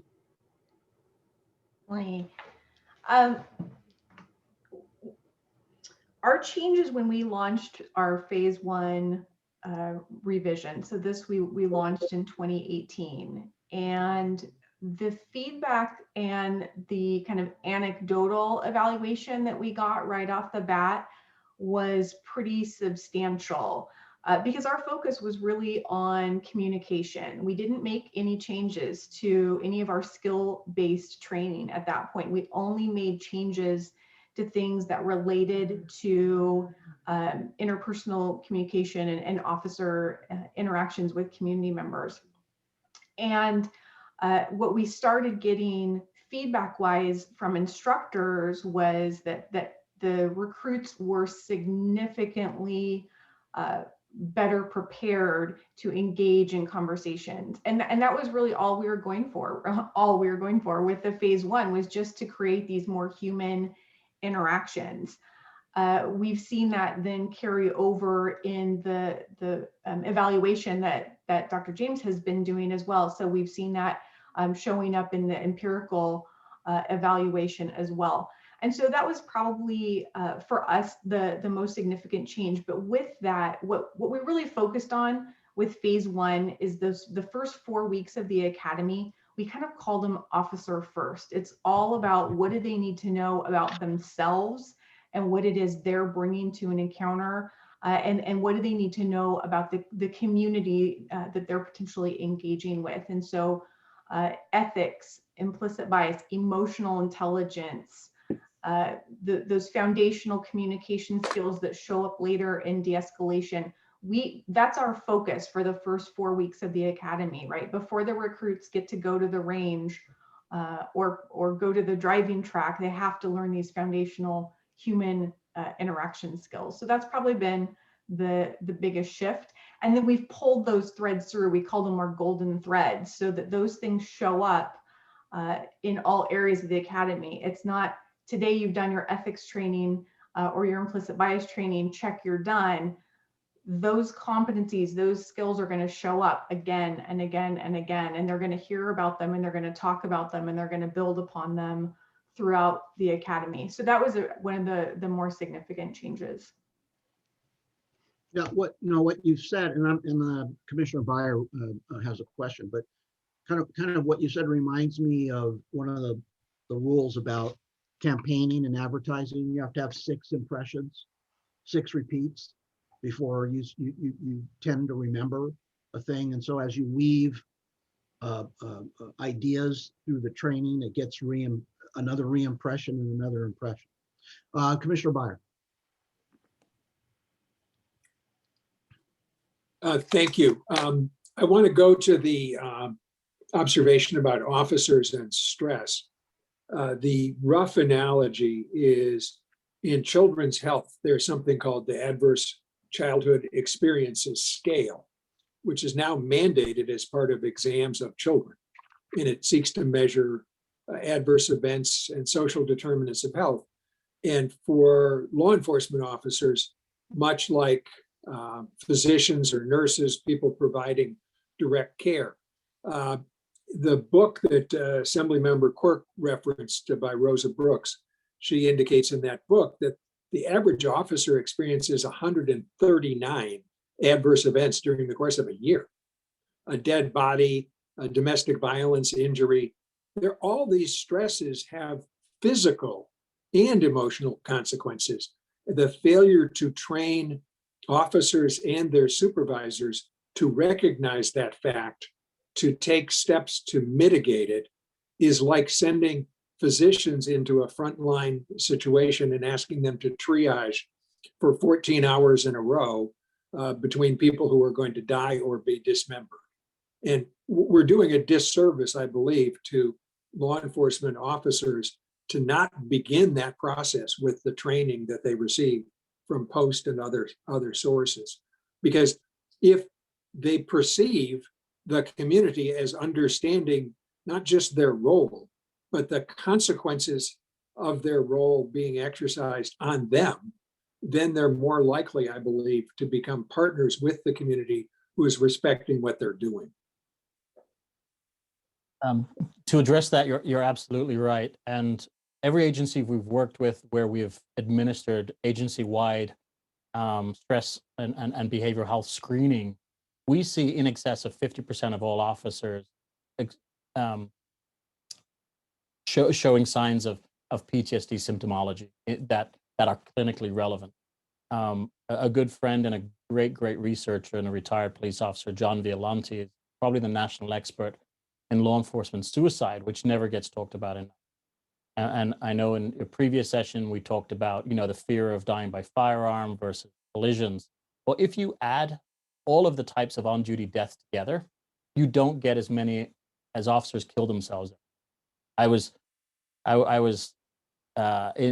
with Chicago PD, and I was at an officer wellness behavioral health wellness training seminar with them.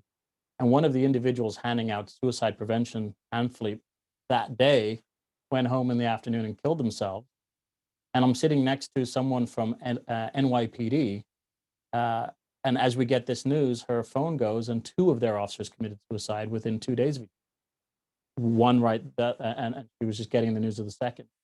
So thinking that this profession does not have significant negative impact on law enforcement is, we're doing them a disservice. But understanding that this impact has an impact on the performance daily. My grad student, my doctoral candidate, she's about to graduate, her dissertation is looking specifically at how PTSD symptomology changes brain function using measuring oxygen use in the prefrontal cortex on officer decisions and behavior in simulated encounters. It's significant. They're human. Right. Thank you. Yeah. Senator Nielsen, unmute yourself, sir. Senator, you're muted. Senator, I'm sorry. There you go. Go ahead. There we go. Thank you, Mr. Chairman. I've had a fair amount of experience myself in this area. For many years, nearly a decade, I was chairman of the California Board of Prison Terms. Though I am not an officer who can arrest, I've reviewed probably more death penalty cases than just a handful of people in California. So I know the criminal side as well. And one thing that was very moving to me, it came up and just now about officer suicide. I had some family members here of officers 2 years ago. And we're talking about the day we remember the officers, the Peace Officers Memorial across the street from the Capitol here. And she said, well, Senator, what about my husband? He cannot be at that memorial. He cannot be on that memorial. And I wondered why. I said, you mean he was a suicide? Yes, he was a suicide. So he doesn't even get recognized on that wall. Now, the issue I'm examining is more than having a name on a wall. In fact, what we want to have is fewer names on the wall. I'm also called the grandfather of the crime victims movement. I'm very sympathetic to victims, and we really ought to do a study of victims in California because they are really being neglected now. But the issue is then how do we deal the pressures these officers face and strengthen? You've just hit on some of it just now. We've got to think about them as well. And that moment of decision making when they have been trained to discern the escalation of behavior and where their instincts also guide them, having had a lot of experience in these adverse situations. How do they deal with that? I think you're talking about how we help prepare them for that, but we can't prepare them for that if we just focus on the damage they've done to a criminal or the circumstances of a particular incident and how it got picked up on evening TV. And these 4 officers are indicted and convicted in the public arena. The tide ebbs and flows in criminal justice. I've been through about 4 cycles of it. And we're now in another one, in the throes of another one. But as we look ahead, we do have to balance and also take an account of what does that mean, all of this mean to the public safety, to the citizens of the state being able to not become victims, to be spared victimization, to have rehabilitation really work. One of the biggest problems we have in criminal justice is whatever the rehabilitative efforts are in our institutions, hardly ever is the success of that tracked. I've been critical of the Department of Corrections rehabilitation for decades around here, even though I was in that agency for a number of years. All these programs that they have they been helpful to us? We don't know because they don't track them. We need to beef that up too. I don't want to be too dominating here, but I have a real passion for this. And Mr. Chairman, I'm very pleased to see the Hoover Commission taking an interest here. But Senator, these desires are not mutually exclusive, because when we support the officer behavioral health and physical health, they will do a better job for our community when they're not stressed. So I think it's a win-win. And I think it was in the last session, one of the big areas that really needs to be addressed is what I would describe as true cost accounting. How much are the failures costing? How much is fatigue costing us in litigation, liability, in damage to our police community relations and the legitimacy of our agency? And these costs need to be factored in. So when agencies and jurisdictions go to whomever holds the purse strings, you know, whether or not it's a county commissioners or municipal council, when they're asking for funding. I mean, this call to defund the police is so counterintuitive to me, because if we think we're going to get better policing with less resources, you know, it's the stuff that keeps both the officers and community safe that are going to be dropped. So yeah, they're not competing goals. Your point is very well taken. Thank you. Mm-hmm. Thank you. And I believe Assemblymember Quirk has a comment, but I also think one of the critical rules in messaging and advertising and mottos is if you come up with a phrase that you have to explain, it's no good. Defund the police, you have to explain it, because it just takes on so many different shades of whatever, and that's not what it really means. I mean, what defund the police, and I've only said it twice in my life, and it's here today. The problem with it is so stupid. What you really ought to be talking about is what we're talking about, and that is reform the process, educate ourselves, officer wellness, community health. Don't be talking about defunding the police, because you end up in a, never mind. I've said too much. Senator Quirk, maybe you can save me. Okay. So Professor James, we talked about police suicide. How does the rate of suicide in police officers compare with that of comparable age, sex, et cetera, in the general public? It's significantly elevated for white males and white females, but white male, especially early post-retirement. That is the incredibly dangerous point. You know, and there's a belief that it is, you know, more so than officers of color. White male police officers' whole identity is wrapped up in being a police officer, and then when they separate from the occupation, their purpose, their sense, and then, you know, they're left with the tragedies that they've been, you know, dealing with for 20, 30 years. So that first 5-10 years post-retirement is the most significantly elevated. Oddly enough, you know, looking at John Violante's stats, or Dr. Violante's stats that he's been working on for decades, officers of color, especially Black and Hispanic male officers, their being a police officer is somewhat protective, and they have lower suicide. But you know, when we look at that, policing is predominantly a white male occupation. The overall trend is significant, and it's even more so in corrections. So when we're looking at sheriff's departments, for example, large jails, the corrosive nature of working within prison and jail facilities, their rates of PTSD and suicidality even tops that of veterans. And then Dr. Lum talked about the fact that no matter what kind of training you do, it can go away in the first few months. Mm-hmm. The culture is different.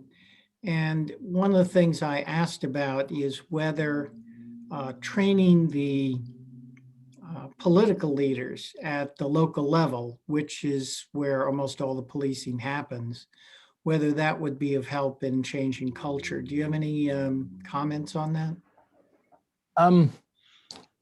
I do, and there's been a raging debate in Washington State for the last decade about this warrior guardian model, and it comes from a reading of Plato's Republic, where guardians were the highest level of society, and they were actually the political leader, but to become a guardian, you would have first had to become a warrior, and you progress through the ranks of society. So it's, you know, I love classical literature, So it's fascinating for me.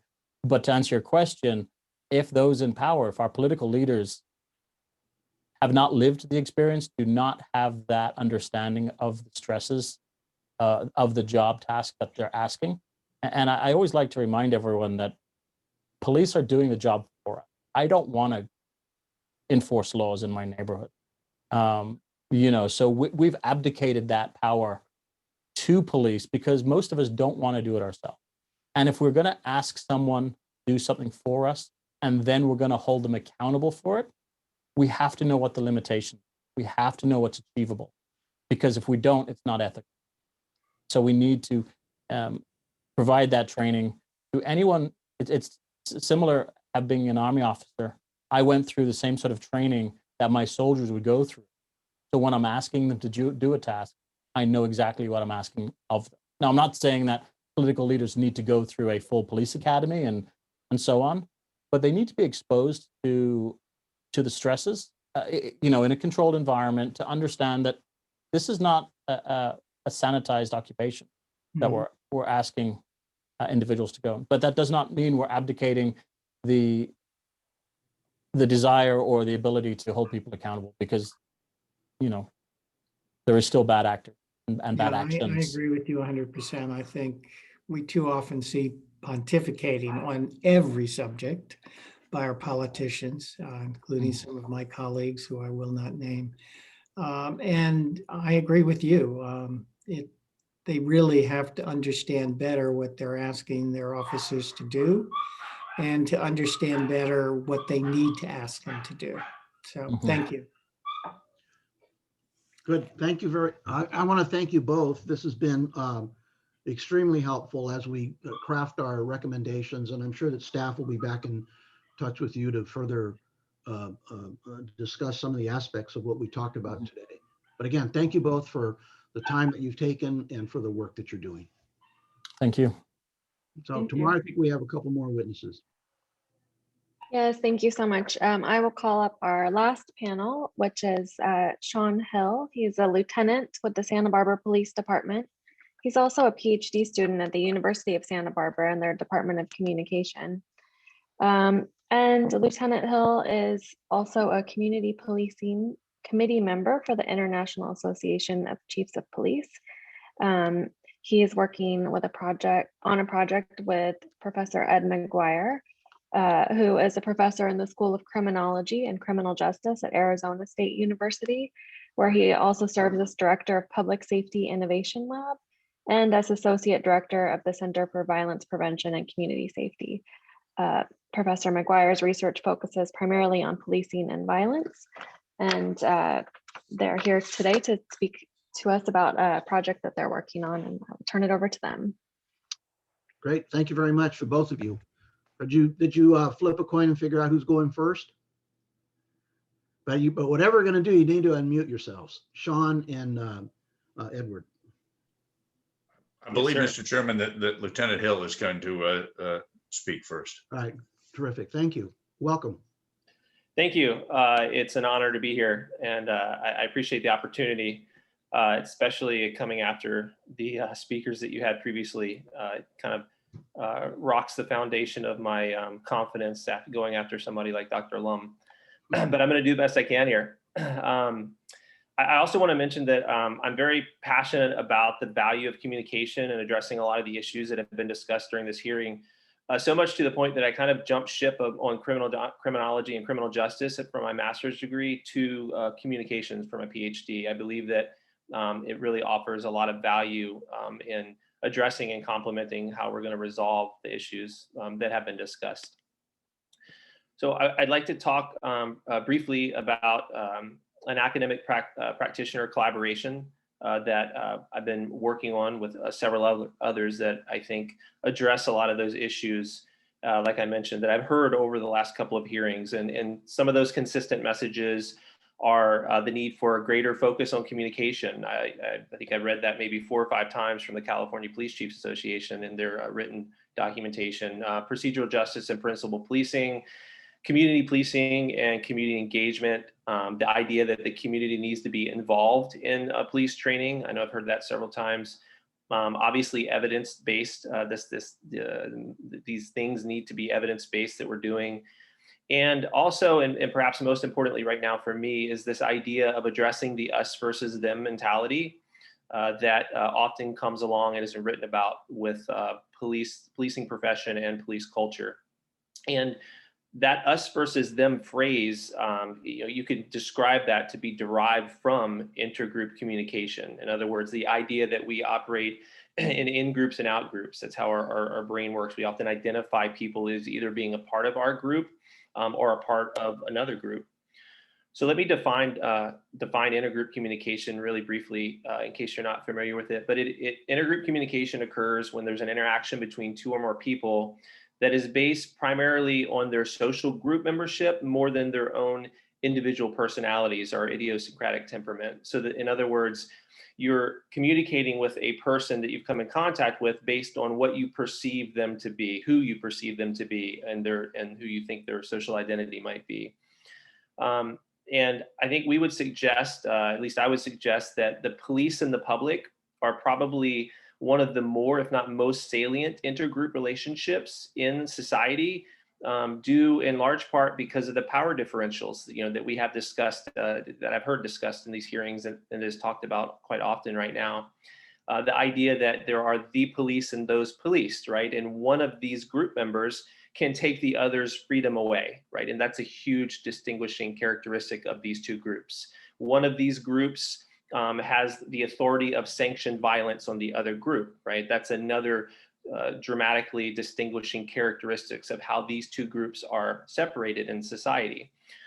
And this becomes very important, and I'll mention that as we go along. We know that from research, we know that when we're engaged in an intergroup interaction, unconscious and conscious processes occur that cause us to either accommodate certain groups or non-accommodate other groups. Generally speaking, we would be more accommodative to somebody we identify with and non-accommodative to those that we don't. Now, when you're considering police and public interactions, this has significant consequences. If an officer would identify a person as more of an in-group or an out-group, they may accommodate or non-accommodate that person more. And I want to maybe provide an anecdotal thought about what that might look like. I've heard it referred to from Professor Howie Giles, who's a renowned expert in intergroup communication, as an accommodative chase. So you may see a police officer in a video, perhaps on YouTube or something, interacting with who might be perceived as an out-group member, maybe a marginalized community member or something like that, on a low-level infraction. And right out of the chute, there may be a very non-accommodative approach to that contact from the officer, which is responded with a very non-accommodative response from the other member, right? The member of the public. And it becomes this non-accommodative chase and kind of spirals. It ends up with some negative outcomes. So I think if you can follow what I'm talking about, and that relates to what's called communication accommodation theory, and that provides us with that kind of the evidence behind that. But that's really important when we're talking about in-groups and out-groups and how communicatively that may go one way or another. The research behind intergroup contact theory does tell us that under optimal conditions, intergroup contact can effectively reduce prejudice and overcome many of the barriers, empathy, perspective taking, all those things that we want to happen between police and the public. And we know from a vast amount of evidence across a different array of fields that when those conditions are right, we have successful outcomes, that we are able to reduce our prejudices and begin to engage with people in a different way. So let me briefly talk about what those conditions are. Generally, those conditions are direct contact. It's most powerful and the most positive outcomes when two people are actually together. Now, this becomes important when we start to talk about police training and police academies, which I know we've spoken about a little bit earlier with some other panelists. But in addressing these intergroup issues, you actually have to have the two groups together. So a classroom environment might not be the ideal circumstance for that, when you're just teaching police officers, because you don't have the outgroup member present. Equal status between group, one of the more challenging things, right? Because police officers carry their authority with them day and night, on duty, off duty. But when we're talking about successful intergroup contact, improving the relationships and reducing bias between police and those policed, we need to create, as much as we can, equal status between the groups. Therefore, when you get these two groups together, perhaps you don't have the uniform on the officer, because that's a trigger of authority, right? We understand that to be the authority. There are other things that are being done across different fields. For example, kind of sitting in kind of trust circles, so to speak, so that there's no one person standing at the front of a group. Everyone has equal kind of status in the group in a circle. So there are things that you can do to create more equal status between these two groups. Another thing is common goals. And again, I'm talking about the optimal conditions for successful intergroup contact. Having both in-group and out-group have common goals. And that's relatively easy, I think. Generally speaking, everybody wants to be safe, right? The police officers want to be safe and go home to their families after they go and do their job. The community members want to be safe after their contact with the police officer. And those are common goals that we can, I think, agree on.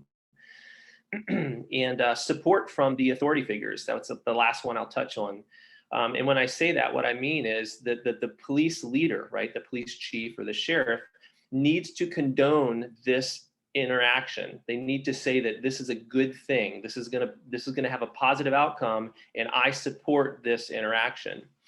And it also has to come from the community. And often how that will look is a organization from the community, for example, that may represent LGBTQ plus organizations or groups in the community. The leader of that nonprofit perhaps can invest in a relationship with the police department and then condone that interaction. So I'm touching on the idea of support from both figures. It needs to come from the police and from the community, and they need to condone this interaction. So I would suggest that we don't necessarily have those conditions available to our officers. We want our officers to empathize and have we want our officers to be humanized and humanize the people they contact. And I would suggest that we don't have these conditions, at least in a broad scale. And intergroup interventions, these designed interventions, offer a way for us to provide, to fill that void in our police training, so to speak. Moving forward, I'm going to talk really quickly about Voices, which is the intergroup intervention model that kind of culminated from all the things I've been talking about it, that we were able to co-create with the community. And generally speaking, intergroup interventions can provide an experience for officers and community members. I think one of the things that we need to consider, that at least I would suggest when we are training officers, there's also a community element that we have to address. We can't just train one group. We have to include the out group too, the people that they are serving. And intergroup interventions offers a way for police officers to be kind of quote unquote trained, and I use that word a little bit loosely, with the community members. In other words, they're experiencing this together. It's a non-crisis interaction. So again, this intergroup intervention called Voices, which is the model that we co-created, is a non-crisis situation. In other words, it's not on the street corner with a police officer in the uniform, and that's most contacts. This is a safe place where there's not a lot of there's no calls for service, no expectation of it. And people are allowed to work through really difficult dialogue and really meaningful dialogue, not just kind of superficial niceties on the street corner, so to speak. There's also a need for a neutral mediator in these interventions. So we would, for example, bring in a mediator that's not associated with the community group or the police department. And they would allow they would facilitate this dialogue during this intergroup intervention model. Again, I don't think these things are being necessarily accomplished during typical police training or typical police interactions on the sidewalk, so to speak. Related to what Dr. Lum said a little bit earlier, discussing the ability to sustain successful programs because of turnover and police chiefs coming in or out. An interesting aspect of this program that we call Voices, which is this intergroup intervention model, is that it's designed by the department, the police officers, and the community members. It's not a police program. There's actually some ownership in the community. And in that way, there's almost an organic institutionalization in the community. In other words, a new police chief would probably have a difficult time coming in and just saying, we're not going to do that anymore, because the program wasn't created by the police chief. It was created by the community members as well. So there's a more of a community ownership of this type of model, which may speak to some of the issues that Dr. Lum brought up. So let me just briefly go over what this model looks like. The police department finds community partner organizations. Again, that would be especially those that represent historically and currently marginalized groups within the community. And the leaders from those organizations create relationships with police leaders, and together they design a curriculum. They design a curriculum that speaks to the needs of that community group. So I mentioned earlier, for example, we partnered with our local LGBTQ plus community group. And in that curriculum design, it was necessary to discuss the Stonewall riots of 1969. It's extremely relevant and carries on a narrative today from those community members. So we're able to specifically design a curriculum around the group that we're meeting with, which I think is really important because all communities are not the same. And once that curriculum is developed, the officers and community groups attend a dialogue with a neutral mediator, and they walk through the agenda. And as I mentioned before, all those optimal conditions are created to ensure a successful outcome. I guess the last thing I would wrap up with before I can take questions or before Professor Maguire wants to say anything is, this is an example of an evidence-driven program between academics and practitioners in the policing field, which I think is really important to support.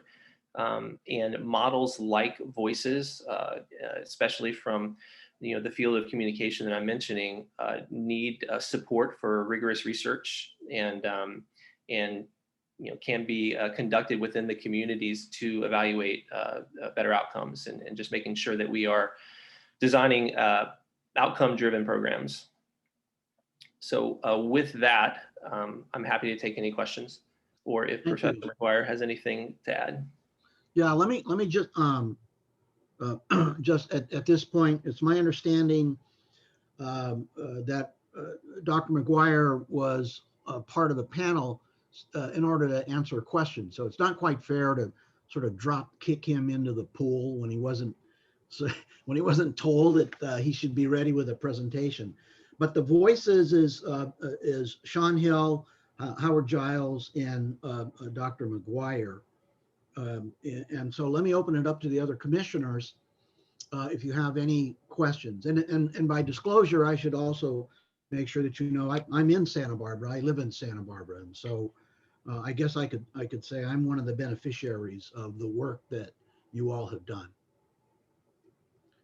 And I don't. If you could, let me ask. So what was the spark, so to speak, that drove the officers and the department and the community to embrace the idea of Voices? I mean, was there something that precipitated that? Yes, sir, there was. I think in large part, it was members, very vocal members of the community who are just committed to community advocacy, felt that they didn't have and wanted a larger voice in how they were policed and how our department, how our officers interacted with those community members. I think that was a critical part of it. This is a little bit of reimagining how our officers interact with community. Traditionally, we we go to a police academy, we graduate, we go to a field training period of time, and then we're, you know, officers out alone on the street. This is reimagining from the beginning, really, from the police academy all the way through an officer's career of how and opportunities for interaction with the community so that there can be a safe place to have difficult conversations. So yeah, it was largely driven by the department's desire as well as the community's desire to kind of reimagine how we communicate with each other. Thank you. Dr. Maguire, you're unmuted. Did you want to say something? And if not, I'll go to Commissioner Emerson, but No, sir. Happy to take questions. thank you. Commissioner Emerson, looks like Senator Nielsen after that. Thank you. Lieutenant, how many voices communities do you have in this Santa Barbara area? Are there a number of them? And what are they? Yes, sir. Let's see, off my memory, I think we have about 7 community partner organizations that we have participated with in the past and continue to. And it grows. Right now, honestly, it's a little bit stifled because of COVID, but it is in the stage ready to go as soon as we can do it safely. For example, I've mentioned LGBTQ plus community groups. We've worked with currently incarcerated juveniles, specifically at-risk gang juveniles. We worked with previously incarcerated adults. We've worked with our Spanish-speaking undocumented community members. And we really try to reach those groups that we know, at least historically and still currently, have been marginalized and generally in society and have not necessarily had the same voice at the table with the police department. That's our primary focus. I'm especially interested in behavioral health, mental health issues. Do you have a community that surrounds that provides information to law enforcement officials? Yes, sir. We started some discussions on reaching out to some veteran groups who kind of fall along those lines and trying to move towards a voices intervention with those groups. We haven't succeeded in that yet. We got a little bit stalled out because of COVID. But we also have another program at our department, which is a co-response program where we work directly with mental health in the field. Okay, very good. Thank you so much. Senator Nielsen and then Senator Schwamberger. Well, I just relate an experience that was quite ironic quite a few years ago.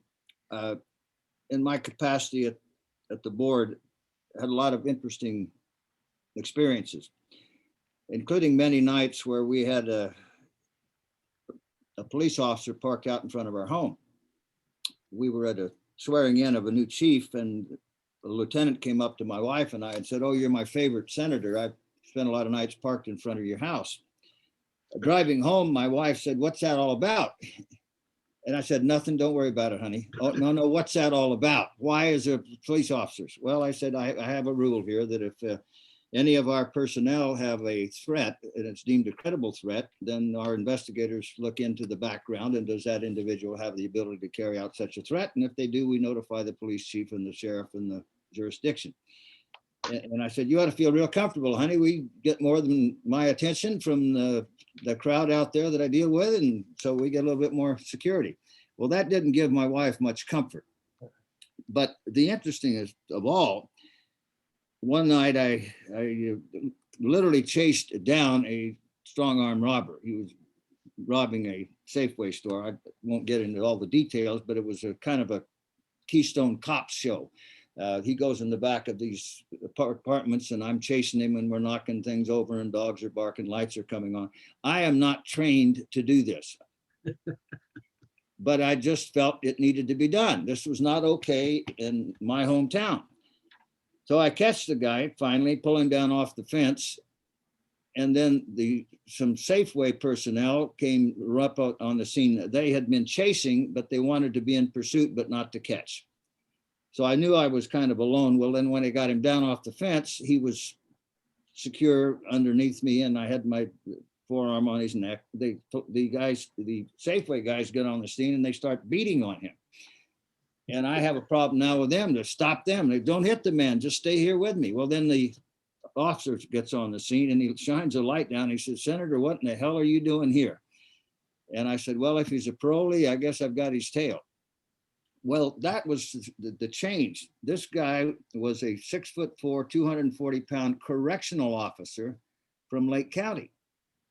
And the point is, he was a man really down on his luck and very desperate. And I guess that shows you what you will deal with in these situations. And I do not advocate for what I did that night. My boldness was not the best policy, particularly in that I was not trained to do this kind of activity. But it felt good to say in our community, hey, no more.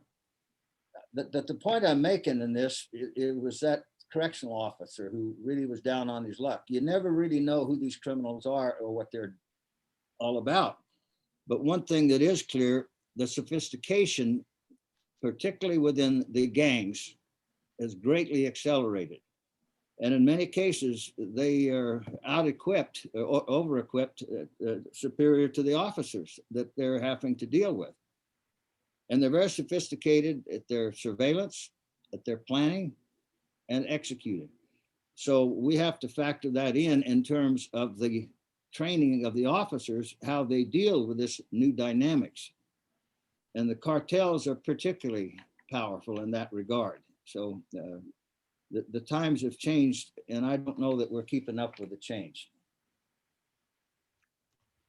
Thank you, Senator. Commissioner Schwamberger. Yeah, a question for Lieutenant Hill, and thank you for your great work and for sharing with us today. You talked about how sometimes a community leader, a nonprofit community leader, can take steps to condone that communication with the police. And I think, one of the things I'm learning, I think, as we hear the testimony today and before, is that training is a very, very small part of the solution to all of this.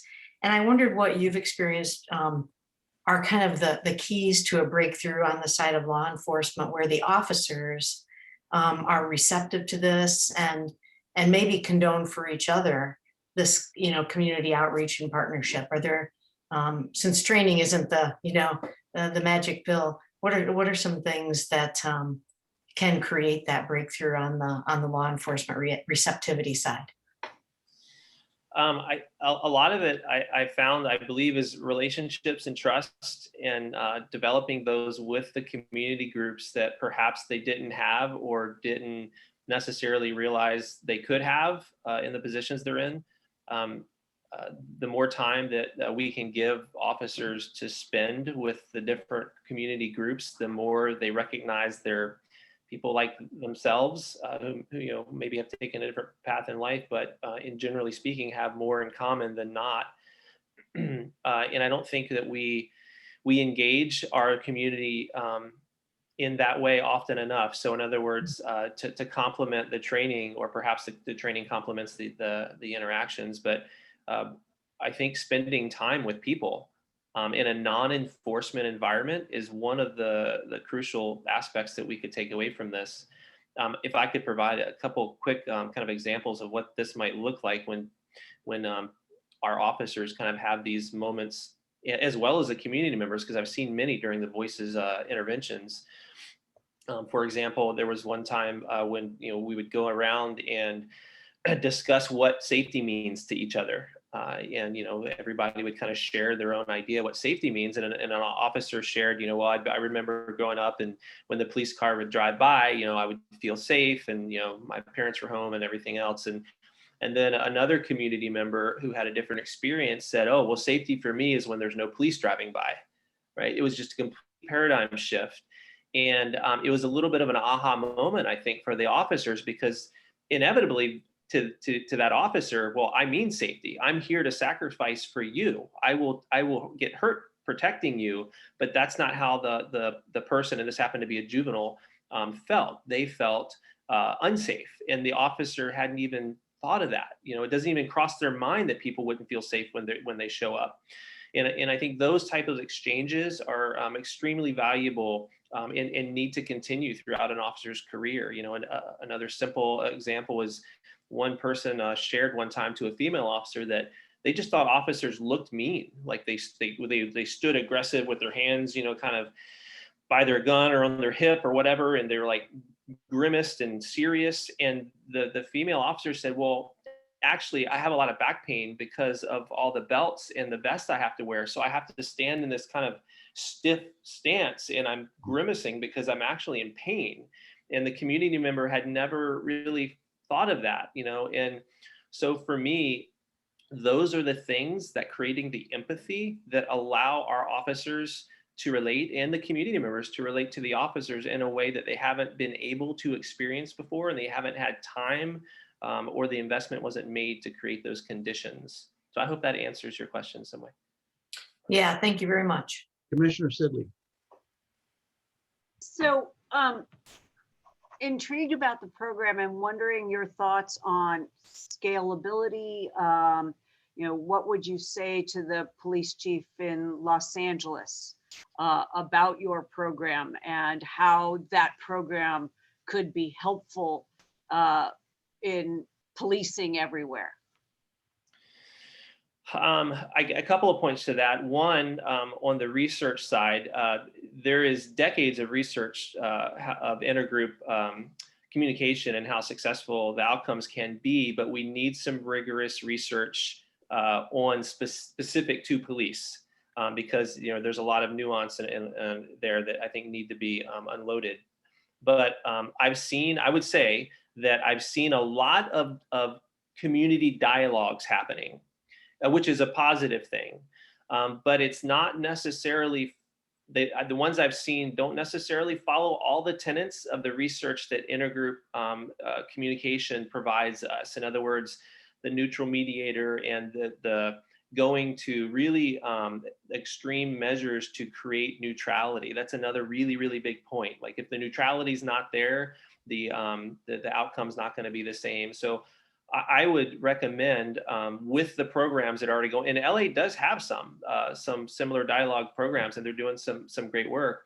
But I would say that we really need to embrace what intergroup communication tells us to complement what they're trying to do.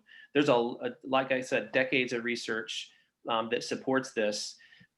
Additionally, along with kind of the procedural justice training and that we're kind of infusing at a fast rate across policing, intergroup interventions and intergroup communication research offers a little bit more depth to some of the things that procedural justice is addressing. You know, I've heard it referred to sometimes as procedural niceties, and that's really important, but we do need to take a deeper dive because these are long-standing rifts that we're dealing with in society.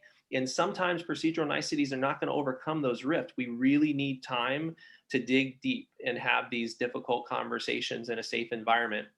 And, you know, safe environment to police or to the community members, not necessarily the same safe environment to the police. You know, oftentimes, traditionally, we would invite people to come to the police academy or to the police department. Well, in these circumstances, we need a marginalized community group to tell us where is a safe place for us to go to them. So it might be the neighborhood community center, on wherever they live in their neighborhood. So to pay very close attention to what the evidence tells us about how to create these successful outcomes, I think that would be my biggest message and response. Let me just add to that, if that's okay. So our team has thought about the scalability issues a lot. And so, you know, in a big picture way, one of the ways to look at this is that in the United States right now, the vast majority of the public trusts the police, supports the police, looks at the police as people who are there to help them. But in every community, there is a subset of people, and that subset of people is larger in certain communities than others, that looks at this in a very different way, doesn't trust the police, doesn't think the police are a resource that are available to them, doesn't want to call the police for help, would be more likely to embrace sort of self-help notions or you know, get help from neighbors or friends or whatever the case may be, than ever even think about calling the police. There are communities in the country right now who think the police are going to harm them, hurt them, violate their civil rights, and potentially even kill them. And so one of the things that Voices is meant for in these types of interventions is to identify those portions of the community that feel most marginalized relative to the police, that don't trust the police, that are worried about the police, and sort of, those are, if you will, we talk about hotspots of crime and violence. What Shawn and Howie and I talk about is hotspots of discontent with the police or hotspots of mistrust in the police, identifying those hotspots and then seeking to put in place a Voices type intervention with those communities. Now, once you've addressed those communities, you sort of work your way serially downward, to the next most marginalized community within your borders and engage in this intervention with them. And on an ongoing basis, that's the sort of the foundation of why we think the intervention can work. And these other training initiatives, while valuable, so we hear a lot about procedural justice, we hear a lot about implicit bias, and those are fine, but they don't really address that fundamental issue of these hot spots of discontent with police. And that's what a Voices type intervention is meant to address. So if I could ask a follow-up that is maybe, it's a difficult question, I think, and that's about diversity in the police force and diversity in the communities. Do you find that it is harder to make progress if the community member and the police officer don't look alike? Or does that come into the discussion, and is that something that we need to not be blind to? I guess I would just suggest maybe more anecdotally that's probably the most valuable intergroup intervention, if I'm answering your question, if I'm hearing your question right. So yes, the officer and the community member that don't look alike might need this type of intervention more than other groups that might be more similar. So I think it potentially is more valuable, if not kind of designed specifically for that. I very loosely kind of almost jokingly say, you may have heard of Coffee with a Cop, if you've heard of that, right? It came out of, I think, the Department of Justice a long time ago and kind of moved across the US. And it's a super fun program. It's super valuable. This is not that. This is not that. This is kind of the opposite of Coffee with a Cop. Really who we want to engage with is people that don't want to come talk to us, like Professor Maguire was mentioning earlier, those that don't want to call the police and really won't in most cases. That's where we can make the most progress from this lens, and really where this type of intervention is designed to go. Interesting. So sort of my intuitive thought that you would make more progress up front with people who look similar. So there was a trust of coming from a similar background.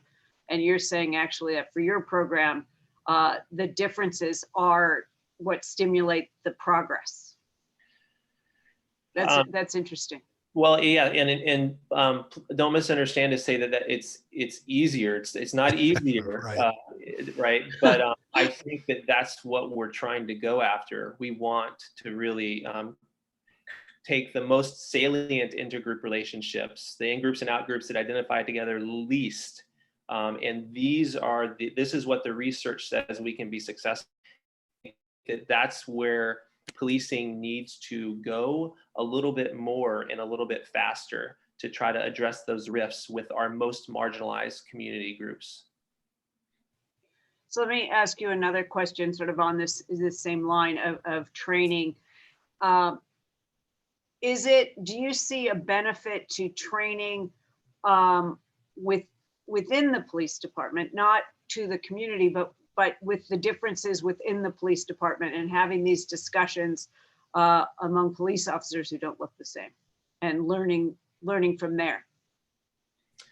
Yeah, that's a great question. I think there is value to that. And, intergroup communication actually addresses that issue literally in discussing how people can have multiple layers of social identities. So for example, you might have for an example, a Black officer, right, who is carrying two different social identities that can sometimes be, extremely salient in and of themselves. And that officer is going through a very different experience, perhaps, than the white officer might be going through. And yes, those those organizational, cultural conversations, absolutely, I think need to be addressed. There's an idea that I think is shared pretty broadly that until you really address internal procedural justice, it's difficult to accomplish external procedural justice. So in other words, until you are really able to have those conversations inside and embrace those ideas, the officers aren't necessarily going to feel compelled or able to go out and exercise those procedural justice actions with the public. So I think you're spot on with where you're going with that. Thank you. Very I have good. no other questions. Thank you, Commissioner Sidley. We are at about 12:30. I don't see any other questions or raised hands by commissioners, so I think, okay. I want to thank you both, right, for your testimony today, your written testimony, and in my case, for having this program in my city. So much appreciated. Thank you both. Thank you. Thank you. So now I think we're at the point where public comment. If there are any folks out there who wish to offer public comment. Correct, Mr. Chairman, and there are two ways members of the public may indicate they wish to make public comment. You may email us at littlehoover@lhc.ca.gov. I believe our screen of instructions is not working today, but you may email us littlehoover, all one word, @lhc.ca.gov. Indicate if you, this is for people who've called in, indicate the phone number from which you are calling so we know who to unmute. You may also raise your hand in Zoom if you are a member of the public who is watching on Zoom. Use the raised hand function, and we will recognize you for public comment. Public comment is limited to 3 minutes, so please keep your comments to 3 minutes. Commissioners will be able to hear you but not see you. I do not see any raised hands in Zoom.